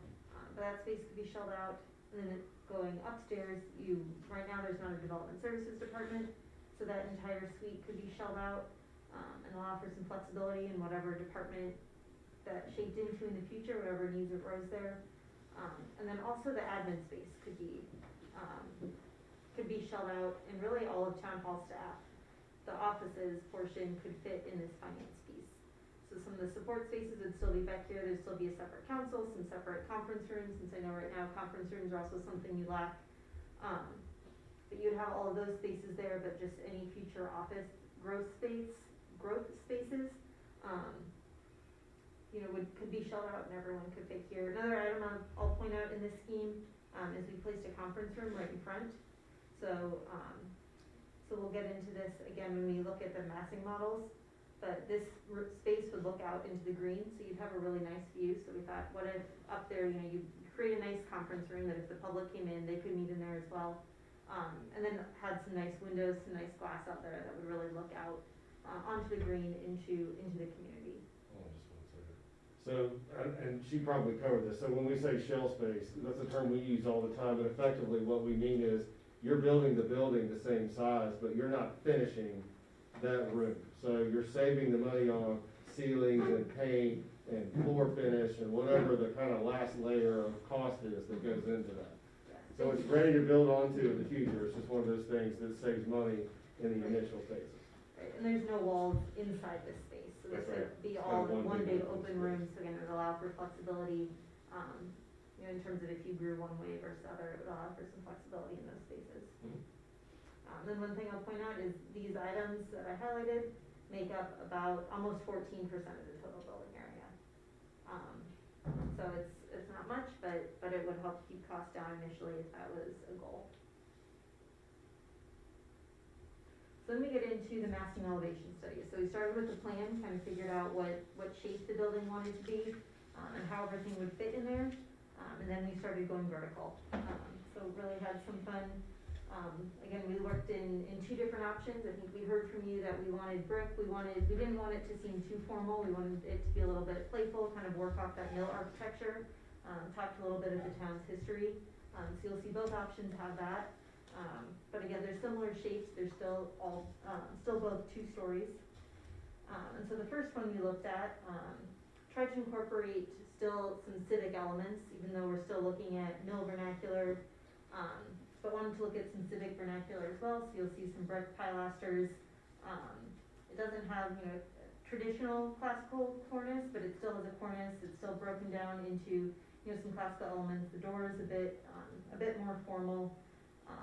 And as you look at the side, it's broken up. Really, we wanted to focus our attention on the front, the piece that would face the green. So as you get into the back sides that are facing the parking lot, you'll see those kind of drop down in detail.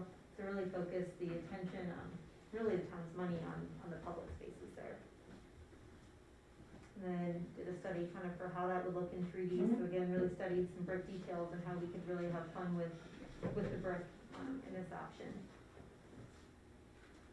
There's another view of that.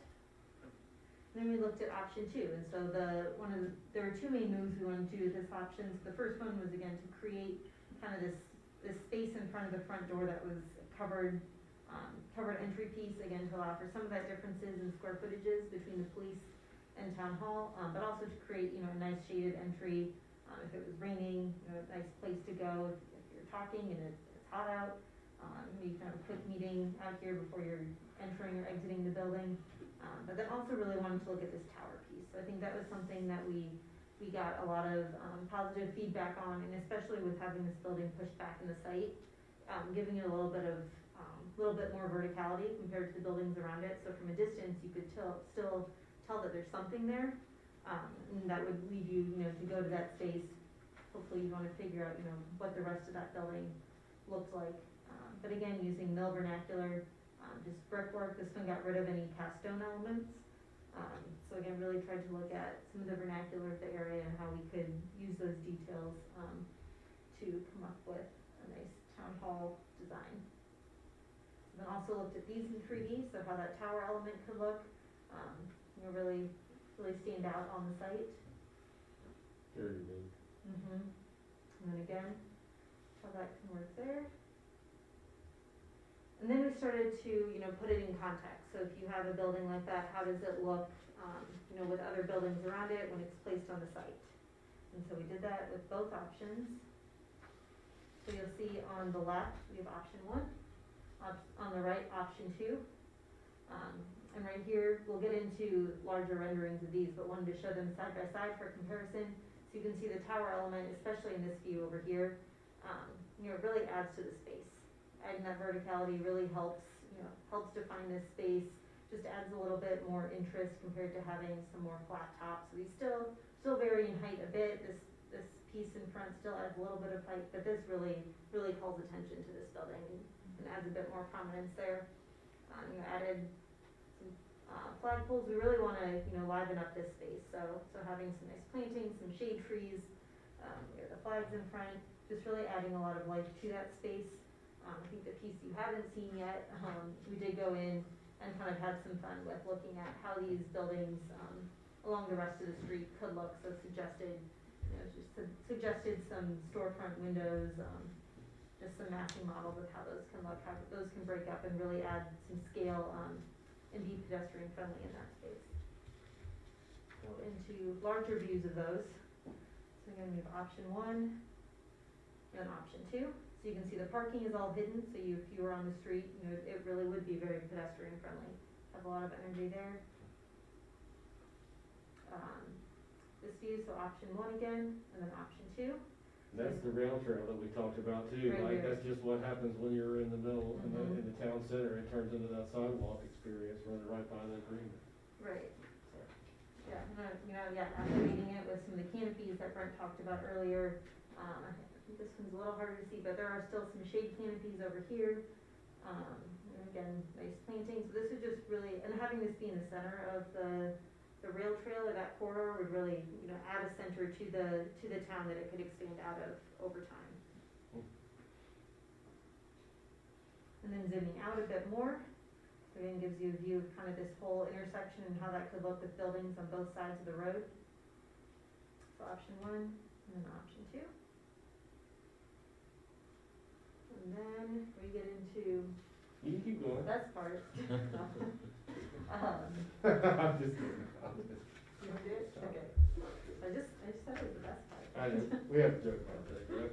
So this is the point at which we sort of circle back and talk about what all this vision costs. I want to be very clear that we've limited this discussion to getting the town hall development done. And so this is not by any means intended to say that this would cover the grand vision that we've talked about. But this is, the 20,000 square foot building that we programmed as your town hall that Natalie just described in terms of options, and the parking and, what's required for that facility alone. Couple things I'll mention here. There's a lot of detail on this page. I'll summarize it, but you can ask me as much questions as you like. You'll see on the top line, the site and building costs are separated out. This site historically has had some challenges. I think obviously you guys have had some settling with buildings without doing any geotech exploration. Our belief is that there's gonna have to be some remediation to this site in order to build on it, just because again of the soil conditions that are here. So the site costs on this project are inflated because of accounting for the estimate that we'll have to come in here and remove 4 or 5 feet of dirt ultimately to get to a place where we're able to build on solid foundation again. I'm making up those numbers because we don't know how far that is yet. So at this early stage, we try to plan a little conservatively for that. I think the building cost per square foot is exactly what you would see in this region for facilities of similar detail and size and, durable finishes, standing the test of time. You're talking about a 4-sided brick building. That's certainly not extravagant, but again, is using money smartly in public spaces where you can have durable finishes that will serve you well over time. This entire metric then from there down is about things beyond that are part of the cost of the whole project that get us to this line here, which is the total construction cost. And, so you can see the direct costs there are $6.5 million. We say at this point, because we're so early in the game, we have a contingency of 7%, so you can see the value of that. And then we don't know how far out this is gonna be, and unfortunately, our history says that the farther out it is, the more expensive it's gonna be. So we escalate that project. We've chosen a year at 3%. 3% is actually a market adjustment based on the previous 2 years, you were seeing 4%. So there is a little bit of accounting for a leveling out that we've seen. And what that means historically is the time, you could make an argument that the time now is good because of that. Contractors right now are more competitive because they're wanting more backlog, and we're seeing double the amount of participation on bids within the last 3 or 4 months than we did in the 4 or 5 years prior to that. And I think that's everyone reacting to, making sure they've got everything they need. So that's kind of what that escalation and that 3% is about. That adds up to a new subtotal. Then the contractor is gonna charge you a few things just to build a building, and these are industry standards. So these are not, this is not sort of new. This comes from our estimator. You see general conditions. There's some permitting. There's also a 3% contingency there, so 7 plus 3 is 10, right? So we've got really a 10% contingency on this number built in. That yields another subtotal. Then there's their actual fee at 4%.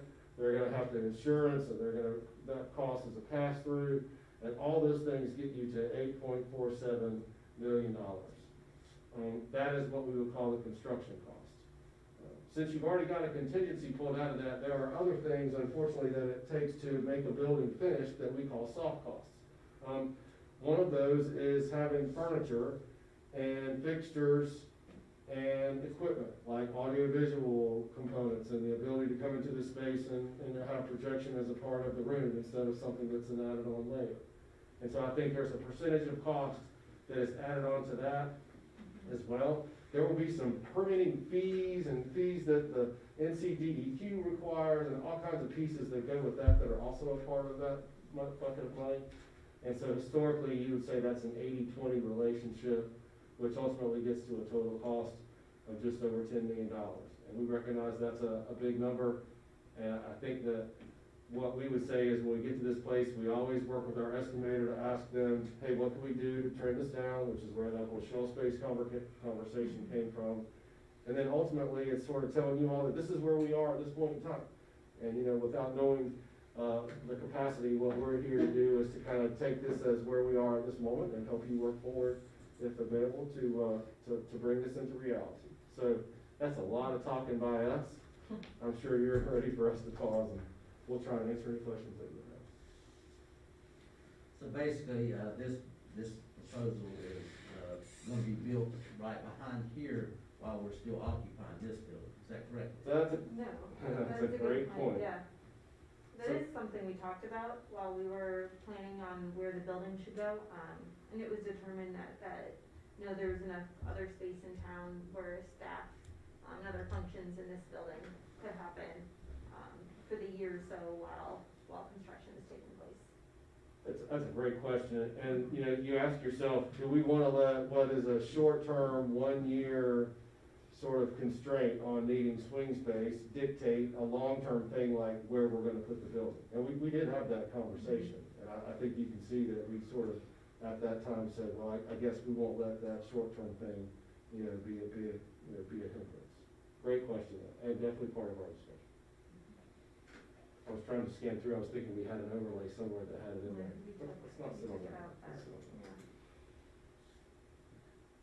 So again, I know you all have had the benefit of this, and I know there's sort of a lot of information in here. Just let me make sure you guys know that, our work here is clearly not done. As this evolves and continues to evolve over time, we're certainly here to support you and answer any questions that you may have. One of the fun things about these studies is you identify opportunities like we talked about at Heritage Mill, where we can talk to some of our developer contacts that have done similar projects, when you all are ready, and say, hey, we just finished a study over here in Ranlo. There's a really cool opportunity. You're interested in looking at it, and, like I said, only when you're ready, but those are the kind of initiatives that can be started, from a study like this. So if the town will be footing the bill for the town hall and police department, we can get a developer to build the outer buildings, and we'll just lease the land to them.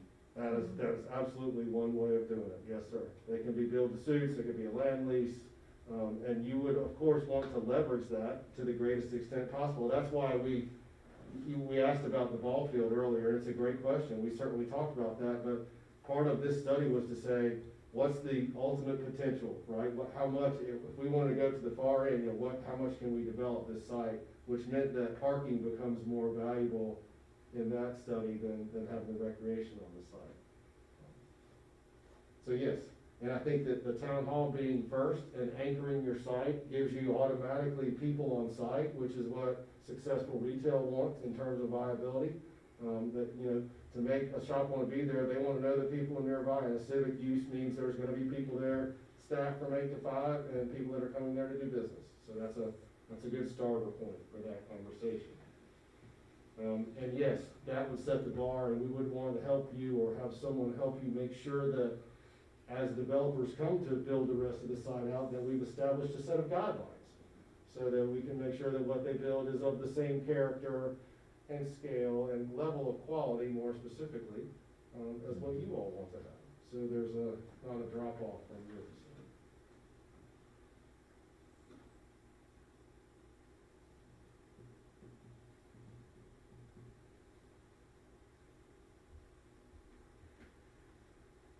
Sure is bold. It is bold. You know what, it's funny, we had to pull ourselves through this process to get to that place. I think we kind of gently went into the water, and then we said, okay, we've talked about what all these things are that can make this really feel like a town when you pull through here. I shouldn't say that can improve the experience when you come through town, and really give that Give it an moment that identity. identifies a core, right? And then, so it required us to think boldly along those lines, but you are absolutely right. So, not to belabor the point, I know everyone's here this evening probably has some other things on their agenda. Any other questions for us this evening? What about these other buildings you put there for businesses to come in? Mhm. How do you predict, how attractive would that be as far as bringing businesses into Ranlo? I think that's a great question, and the way you talk about that from an economic viability is how do we get people here? Because depending on who the businesses are, most of those businesses wanna know there's people nearby. So all the things we've talked about, improving vehicular circulation, maybe more importantly, improving pedestrian circulation. So a retailer knows, well, I've got 500 rooftops within a quarter-mile walk from me. I can count on that. That's gonna be foot traffic that's gonna drive people to my doorstep, right? So it begins with those kind of conversations, like we said a minute ago, building the civic building here. There's gonna be police officers and town staff and public coming to do business that I know are coming to this site 5 days a week. That's gonna help make this development more viable. There are some existing who's across the street? I won't get it right. The restaurant, Kingsway? yeah, it's like, are there opportunities to give the sort of known entities in the community a new life across the street, right? And you work out a beginning arrangement with them where they get a little bit of a break, and then ultimately that transitions into an anchor tenant. So there's so many different ways to approach that. With the mills, do you renovate one of those, really have that act as a catalyst, act as a center, one of those nodes that we talked about along the walkway? And then, it expands from there as pedestrian, it becomes more pedestrian friendly, more vehicular friendly.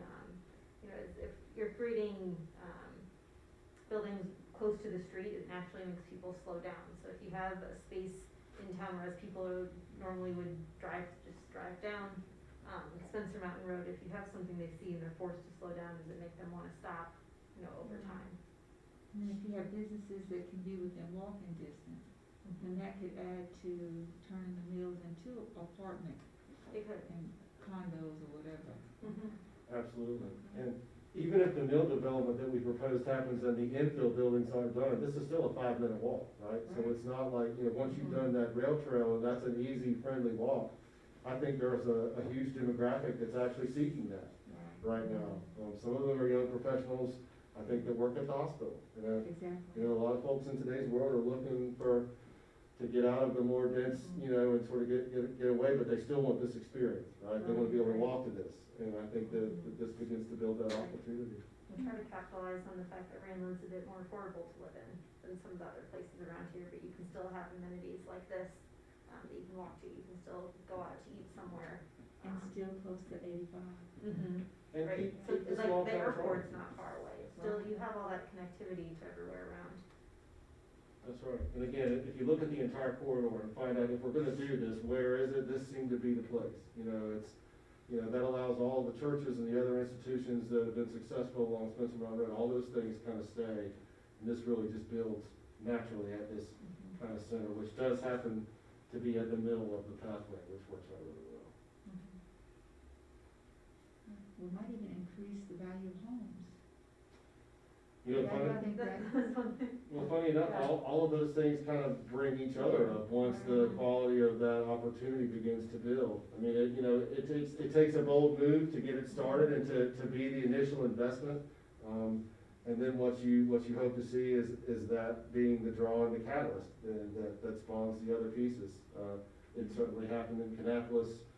There are agencies all over the state of North Carolina, some of them that work through the North Carolina School of Government, that sort of go around the communities and say, okay, if this is what you're interested in, here are pathways with which to help facilitate that. the only thing I'm concerned with is that I think Ranlo prides itself on being a small town. Everybody kinda can know everybody. And I wonder how much this will bring change. I've met people that were in Belmont, and they've been there all their life, and then Belmont boomed, blew up, and now they don't like Belmont no more, cause it's not the small little town that they wanted to raise their kids in, so. Yeah, I think that's a fantastic point, and so actually, I hate to sort of keep putting that blanket on it, but we talked about that as well, and you still have so much of your community that can offer that. We're talking about just, right, I mean, again, we're talking about something that's transitioning this small footprint within the entire area that is Ranlo. So we don't want to change that charm and small town feel. We just wanted to define it a little more at this one area, which is also at the center of it. And really let that kind of crescendo and taper right back out into the fabric that you have to maintain that. You know, And that's why we tried to keep it at 2 stories also, so we didn't want it to feel too big, and I'm not sure if you know, but some were 1 story too, so keeping those down. And then also, all of our building footprints were pretty small, so they were narrow buildings similar to the 2-story picture you see down there, so leading, to that small town feel, where it's not like the giant apartment complexes that are in Charlotte. There's none of those types of big buildings. Maybe one of the mills could be readapted as a larger building, but other than that, keeping it still small in scale so you could know your neighbors. There's no just non-identified places, trying to, add That's some right. character. and we showed some development as 1 story and 2 story, and obviously that's about, as I said, finding what the maximum potential is. Some of those 2-story pieces, that we're showing as future development could ultimately become 1 story. It's about finding the right mix for, the opportunity, but again, at a maximum, this is sort of what the potential is. Right. And I think one of the benefits with 2-story is that you can have office or residential above that. And so that would help attract developers saying, well, there's always people above us, there's people on the 2nd floor, and they can help support the businesses that are on the lower floor. So the more pedestrian friendly, the more people are walking, the more retailers will wanna be there, and then all of a sudden you start generating energy when you've got a couple of people in there, and then it's off to the races, which is a really positive place to be. But you need to do that in a way that's sensitive to making sure that you limit it to here, and that it doesn't begin to spread out beyond this. That will be our suggestion on how to balance that concern you just mentioned. Great point. Could we do that through zoning? You can, that's exactly what you can do. Yeah. I think that's sort of what we talked about in that early analysis where we said there's probably a corridor overlay that can happen within here that can say, within this footprint, you can do this, but only within this footprint. And beyond that, it has to be at a different scale. It's a great point. I'd just like to underscore the value of this project in its totality. I don't want the main takeaway to be that we need a $10 million building. There's been so many aspects to this project that are going to be valuable in and of themselves. the zoning, for example, spotting these areas of zoning that we need to look at, that perhaps need to be rezoned in order to protect the residents in that area from any type of predatory investments coming in. Because as Commissioner Connors said, Belmont's booming, Gaston County is booming. It's only logical to foresee that growth is gonna come to Ranlo, and I would much rather us be in the driver's seat, putting these parameters in play now to protect our residents, protect certain areas from taking any, from experiencing growth or investment that we may not necessarily need or want, going back to, Commissioner Cordell's point of, zoning. Also, the space needs analysis was, an excellent undertaking that showed what we need, what we may need years from now, because back in 1985, 1990, I can't imagine that they foresaw Ranlo being what it is today. So much unforeseeability and so much uncertainty. And then it's no secret that both of these mills, the one across the street and the one up the street, are both for sale. Anything could happen at any time, and I think the renderings that we have from that is a great way to entice a public-private partnership to be able to bring something into Ranlo that we want, that residents would want, that's gonna benefit us as a whole. And also the lodge analysis was great in and of itself, to be able to split this up into different projects that we may can undertake long-term, and putting in a long-term master plan, long-term growth, and long-term look for Ranlo. So I just don't want the main takeaway to be a $10 million building. This project and this study has brought a lot of valuable pieces that standing alone is very valuable for the town.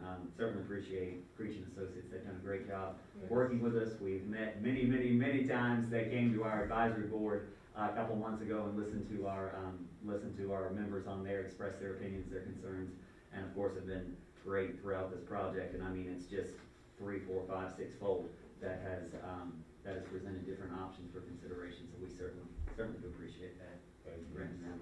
So, in looking at this, the rail trail, you know, I think that's a very cool aspect of it.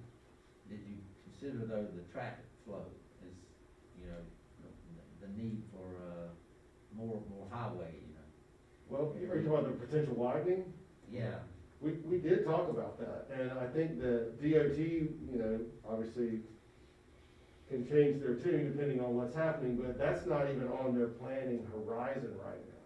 So you say, if they widen, you know, hopefully that would be facilitated such that it would not encroach on the rail trail. But the easy thing to say about that is, there's enough width over there that we can preserve a significant buffer from the current western edge to where the rail trail would be, that we feel like the widening could even happen within that and not impact that rail trail. So planning that trail with that in mind and that contingency, and still trying to work within that window, assuming that the widening wouldn't be asymmetrical. yeah, I know, we talked, basically, several times with the planning committee about the intersection at, Highway 7 and Smith Mountain Road. We even purchased a building up there, trying to hopefully get a widening there, so we have a little bit less congestion during the high traffic volume times, morning and afternoon. But we also noticed that, once you stop here, you know, it goes back to 2 lanes from the, you know, I don't know, 3 lanes, you know, the center turning lane is gonna be sufficient in long-term use for the town, or we're gonna need a boulevard, you know? Okay, so you're talking about like a traffic analysis. I'm sorry, I might have missed that the first time. No, we did not do that type of analysis as a part of this study. But I think that when this development starts and you know, when we go to someone in Gaston County and say, hey, this is something that, you know, we're kicking around, and we could even do that now just to kind of put feelers out. And they may come in and say, well, that's fantastic, just be advised that we're gonna require TIA, you know, when you build on this corner. And, you know, those are things that are triggered by their building code most often, or zoning ordinance. But no, we did not look at that specifically as a part of this. But what we did think about is, what is the potential widening, and how we can plan so that we can still exist without that impacting, even if they do ultimately decide, you know, to widen the corner. I mean, adding all of this retail space is, I mean, it's gonna cause, I mean, not everybody's gonna walk to these retail. No, 100%, you're right. And I think that, you know, with the center turn lane, you've at least got the beginnings of how that can be relieved and how the thoroughfare can be maintained. it may very well be that once you get into the weeds of this, they say, you know, we want a right turn lane in a certain section, or a decel lane. But I think that those are things that you uncover when we get to that layer of development. And, the good news is your site here has enough flexibility that you take a two-story building and make it a one-story somewhere, and then you just bought yourself a little bit more land area, and you can squeeze and adjust as well. So, there are ways to account for those if those things are surfaced in the future. But I think at a higher level, what we wanted to do is, make that intersection more pedestrian friendly, and by realigning it vehicular friendly, and make sure that we can get people from two ways into the parking back behind. One of the things about putting buildings out front and parking behind is the first time a person goes there, they've got to figure out that the parking is behind there. So there's some wayfinding involved in that. But as an overall aesthetic, and just for place making and making a town center, it's just a much better feel to have that all as secondary and let the facades be primary. Great question.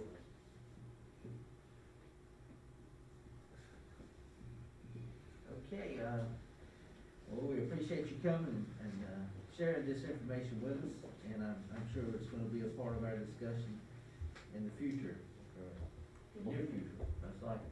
Thank you very much for the opportunity. We really have enjoyed working with your staff and council members. It's been a great study, and again, we hope that this is certainly just a transition point, and we're always here for you if you have any questions for us. We'll get you a PDF of this, and we'll be all set. All right, Thank you. Thank you. thank you, Brent and Natalie. Thank you. Give us a few minutes to Okay, tear down here, and we'll be out of your way. we'll have a little recess here. Just the power button. Certainly take You want to hit it, and then hit it again, but don't unplug it. Just let it sit for a second, fan gets right. Oh, didn't run too long, did it? Okay, that's good, actually, you can unplug it, sorry, it's quick.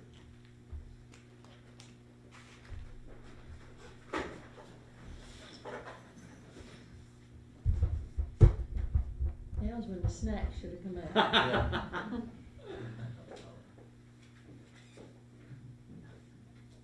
Oh, sorry. No, you're Public. Just in.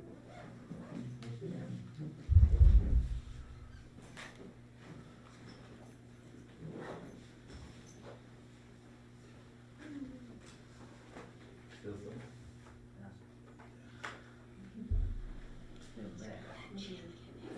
Recording that song.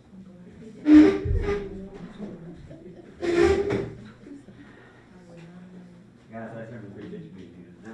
Thank you. Thank you.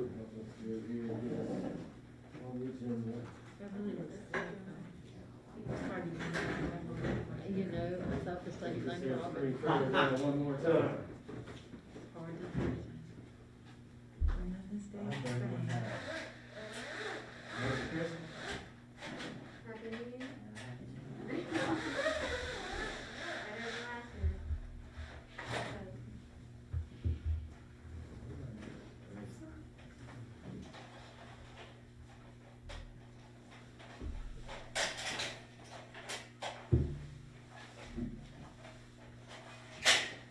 Oh, you behaved this time. That building looks so much like the building we tore down. You want to drive safe? Thank you all for allowing us to be here. Y'all stay Thank you, guys. safe. Safe travels. Thank you. Thank you. Thank you. Thank you. Thank y'all.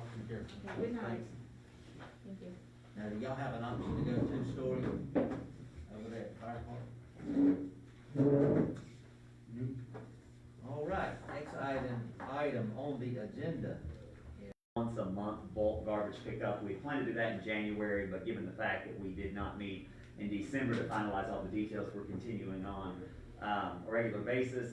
Public Works Director and I have spoken at great length about this, and there really doesn't seem to be a good solution or a one-size-fits-all with this issue. It has become a significant problem around town with a lot of dumping that's occurring, with a lot of things that are not supposed to be disposed of being put out for Public Works to collect. We've talked about, again, as we did originally, maybe once a month, and then a fee being assessed if you have, something else that you'd like to be picked up outside that, once a month, time frame. We also talked about potentially twice a month, with one side of town being, let's just say, for example, the first week of the month, and then another side of the town being, the third week of the month, and anything outside of that being a specific fee. I wanted to gauge the board's interest to see, your opinions, thoughts on it in regards to price, if we're talking, structured, maybe smaller things 5, larger things 10, up to 25. There's no consistency, and there's no real, clear pattern that other towns follow.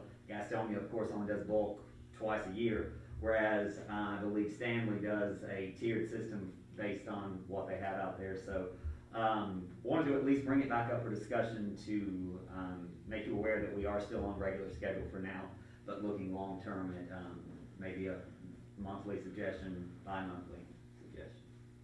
So, we're looking at the possibility of, picking up only bulk items once a month and charging a fee for that, is that right? No, Mr. Mayor, we would pick it up free once a Free, month, once a and then if you want it outside of that schedule, there would be an additional fee that would be assessed, which I think is a good start, a good fair compromise to begin with. Some kind of scale to that though, because I've seen where people move out of their house and then Right. you see dressers, mattresses, beds, refrigerator, everything on the Right. curb, and just Right. left for us to pick up. Right. And I think that should be more a scalable fee for Right. that much work. Right. I think more of it, I think you're right, Mr. Fowler, tiered structure, like if you have an extra bag of garbage that you've thrown out there, I mean, of course, you wouldn't levy a high amount for that, but if you do have a couch, love seat, stove, refrigerator, things, based on either size and height, I mean, if you say if it's over 6 feet long and more than 50 pounds, it's a certain price, and then if it's under that, it's a different price. Maybe a good way to evaluate it as well.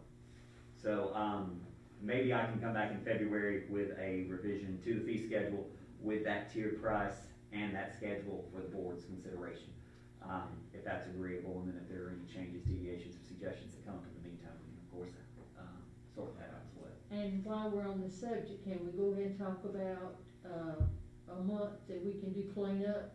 Sure, Maybe absolutely. we can, put that in there also while you're working with that. Right, In times past, we have had a month of cleanup, like May was cleanup month, and they could put anything outside the road, other than paint cans, I think. And if you've had a paint can and filled it full of sand, am I correct? That's correct. They pick up that, but, and we just called it, cleanup month, and it used to be May, we could designate any month.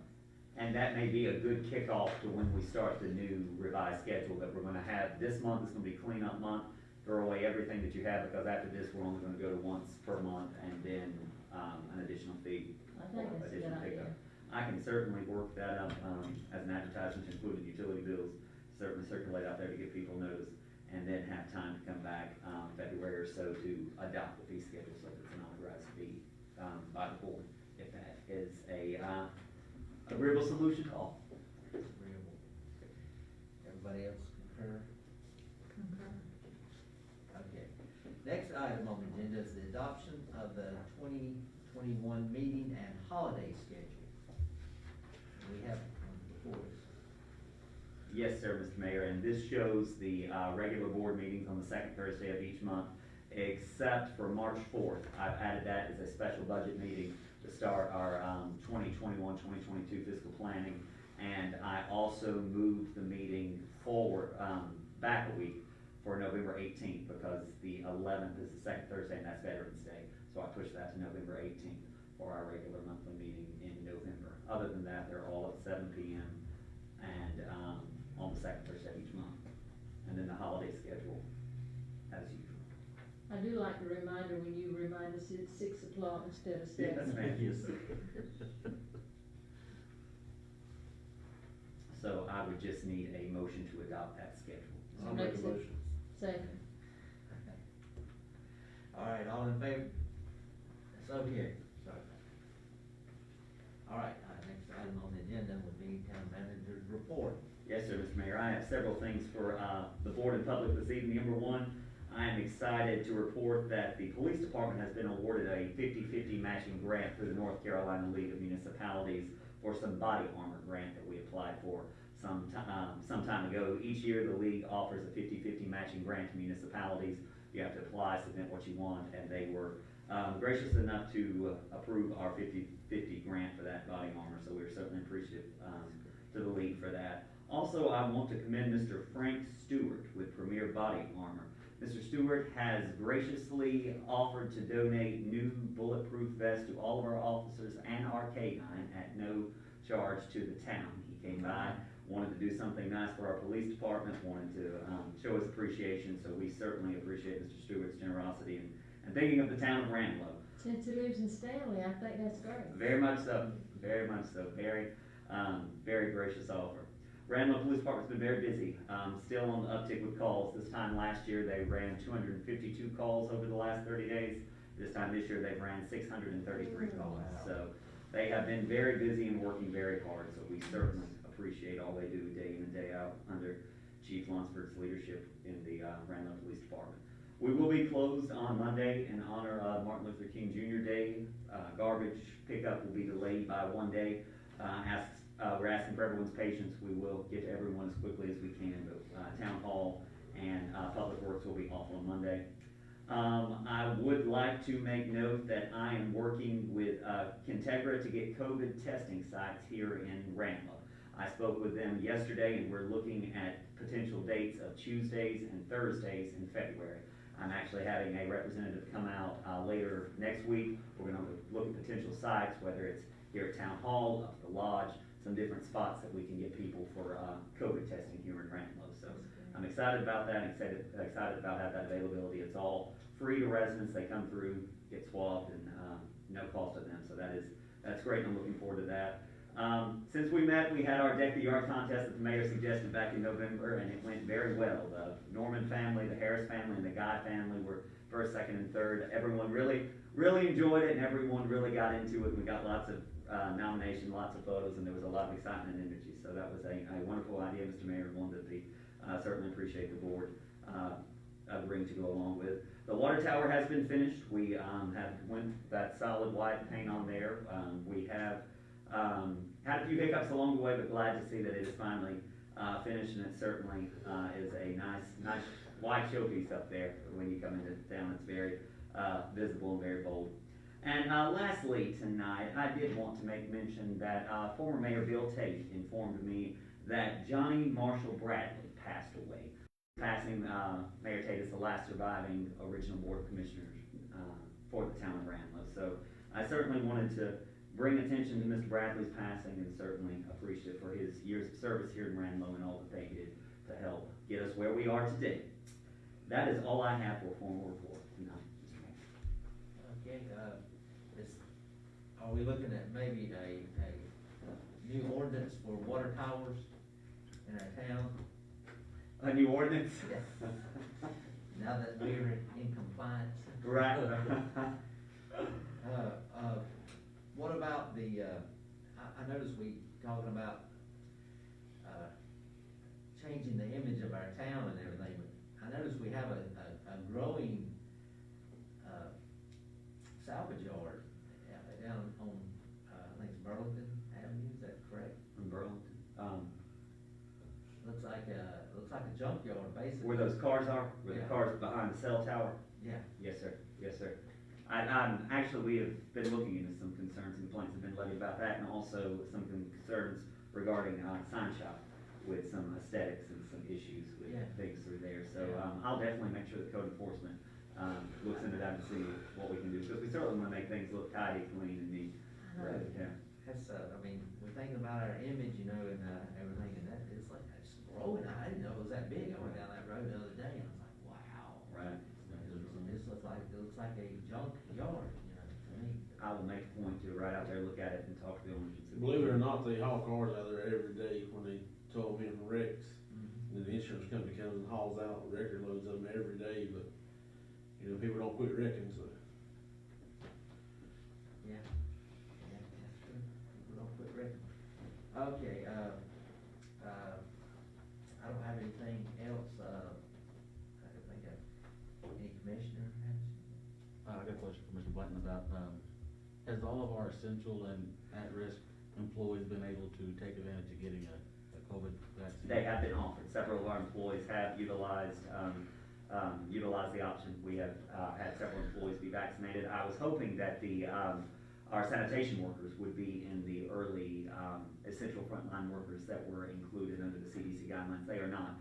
They have considered in the 2 categories. So hopefully within the next month we will be able to offer vaccines to all town employees. It appears as though the early stages are, of course, fire, police, and then after that they're looking at sanitation, public works employees, frontline government, frontline workers. There's still a little bit of confusion regarding who is eligible and who is not. So hopefully by the time we get to the phase 2 of the vaccines that they're offering, they'll have more guidance. But we're certainly ensuring and encouraging everyone that is eligible to get to be vaccinated. They changed the age today, so maybe it's gonna be going down to 65 or 70? 65. Okay. And just one more point, Mr. Mayor, I'm sorry, I didn't have it listed, but I know we've talked a lot about money tonight. I know we've talked about some big ticket items, I know we've talked about roads, we've talked about potential capital projects. I think the best thing for us to do at this point is to engage in a dialogue with a public finance group to come in to analyze our audits, to see what we are in a position to be able to afford, to make sure that we're living within our means. I spoke to Davenport Public Finance. They come in, they analyze prior year audits, they look and see what you're in a position to be able to afford, what you are in a position to finance, what it's gonna look like long-term, and what you can afford without raising taxes. Because I think we all are on the same page that we want to be prepared and proactive, but we certainly don't want to put any burden on the taxpayers. So I began preliminary discussion with Davenport Public Finance. They're a very well-respected local government financial company. They'll come in, look at our last audits, see what we can pay for, see what we can afford without raising taxes, and give us an analysis on that. So if it's in consensus with the board, I'd like to just informally or formally engage with them to get us some firm numbers, because these things are great to think about and great to look at, but I'd really like to see what we'll be in a position to finance, and then tailor any capital improvement plans around what we can finance without raising taxes here in Ranlo. That would be a good idea. I would definitely like to know that information. Okay, so we have a consensus from the board for him to get the Davenport, correct? Yes. All right, I think it's a great idea. if no more comments, I make a motion we adjourn. we have a motion to adjourn, we have a second from Effie, we have a majority. Thank you all so much. I appreciate it. Missed you last month. Good to see you all. Meeting is adjourned. Thanks, sir. So moved.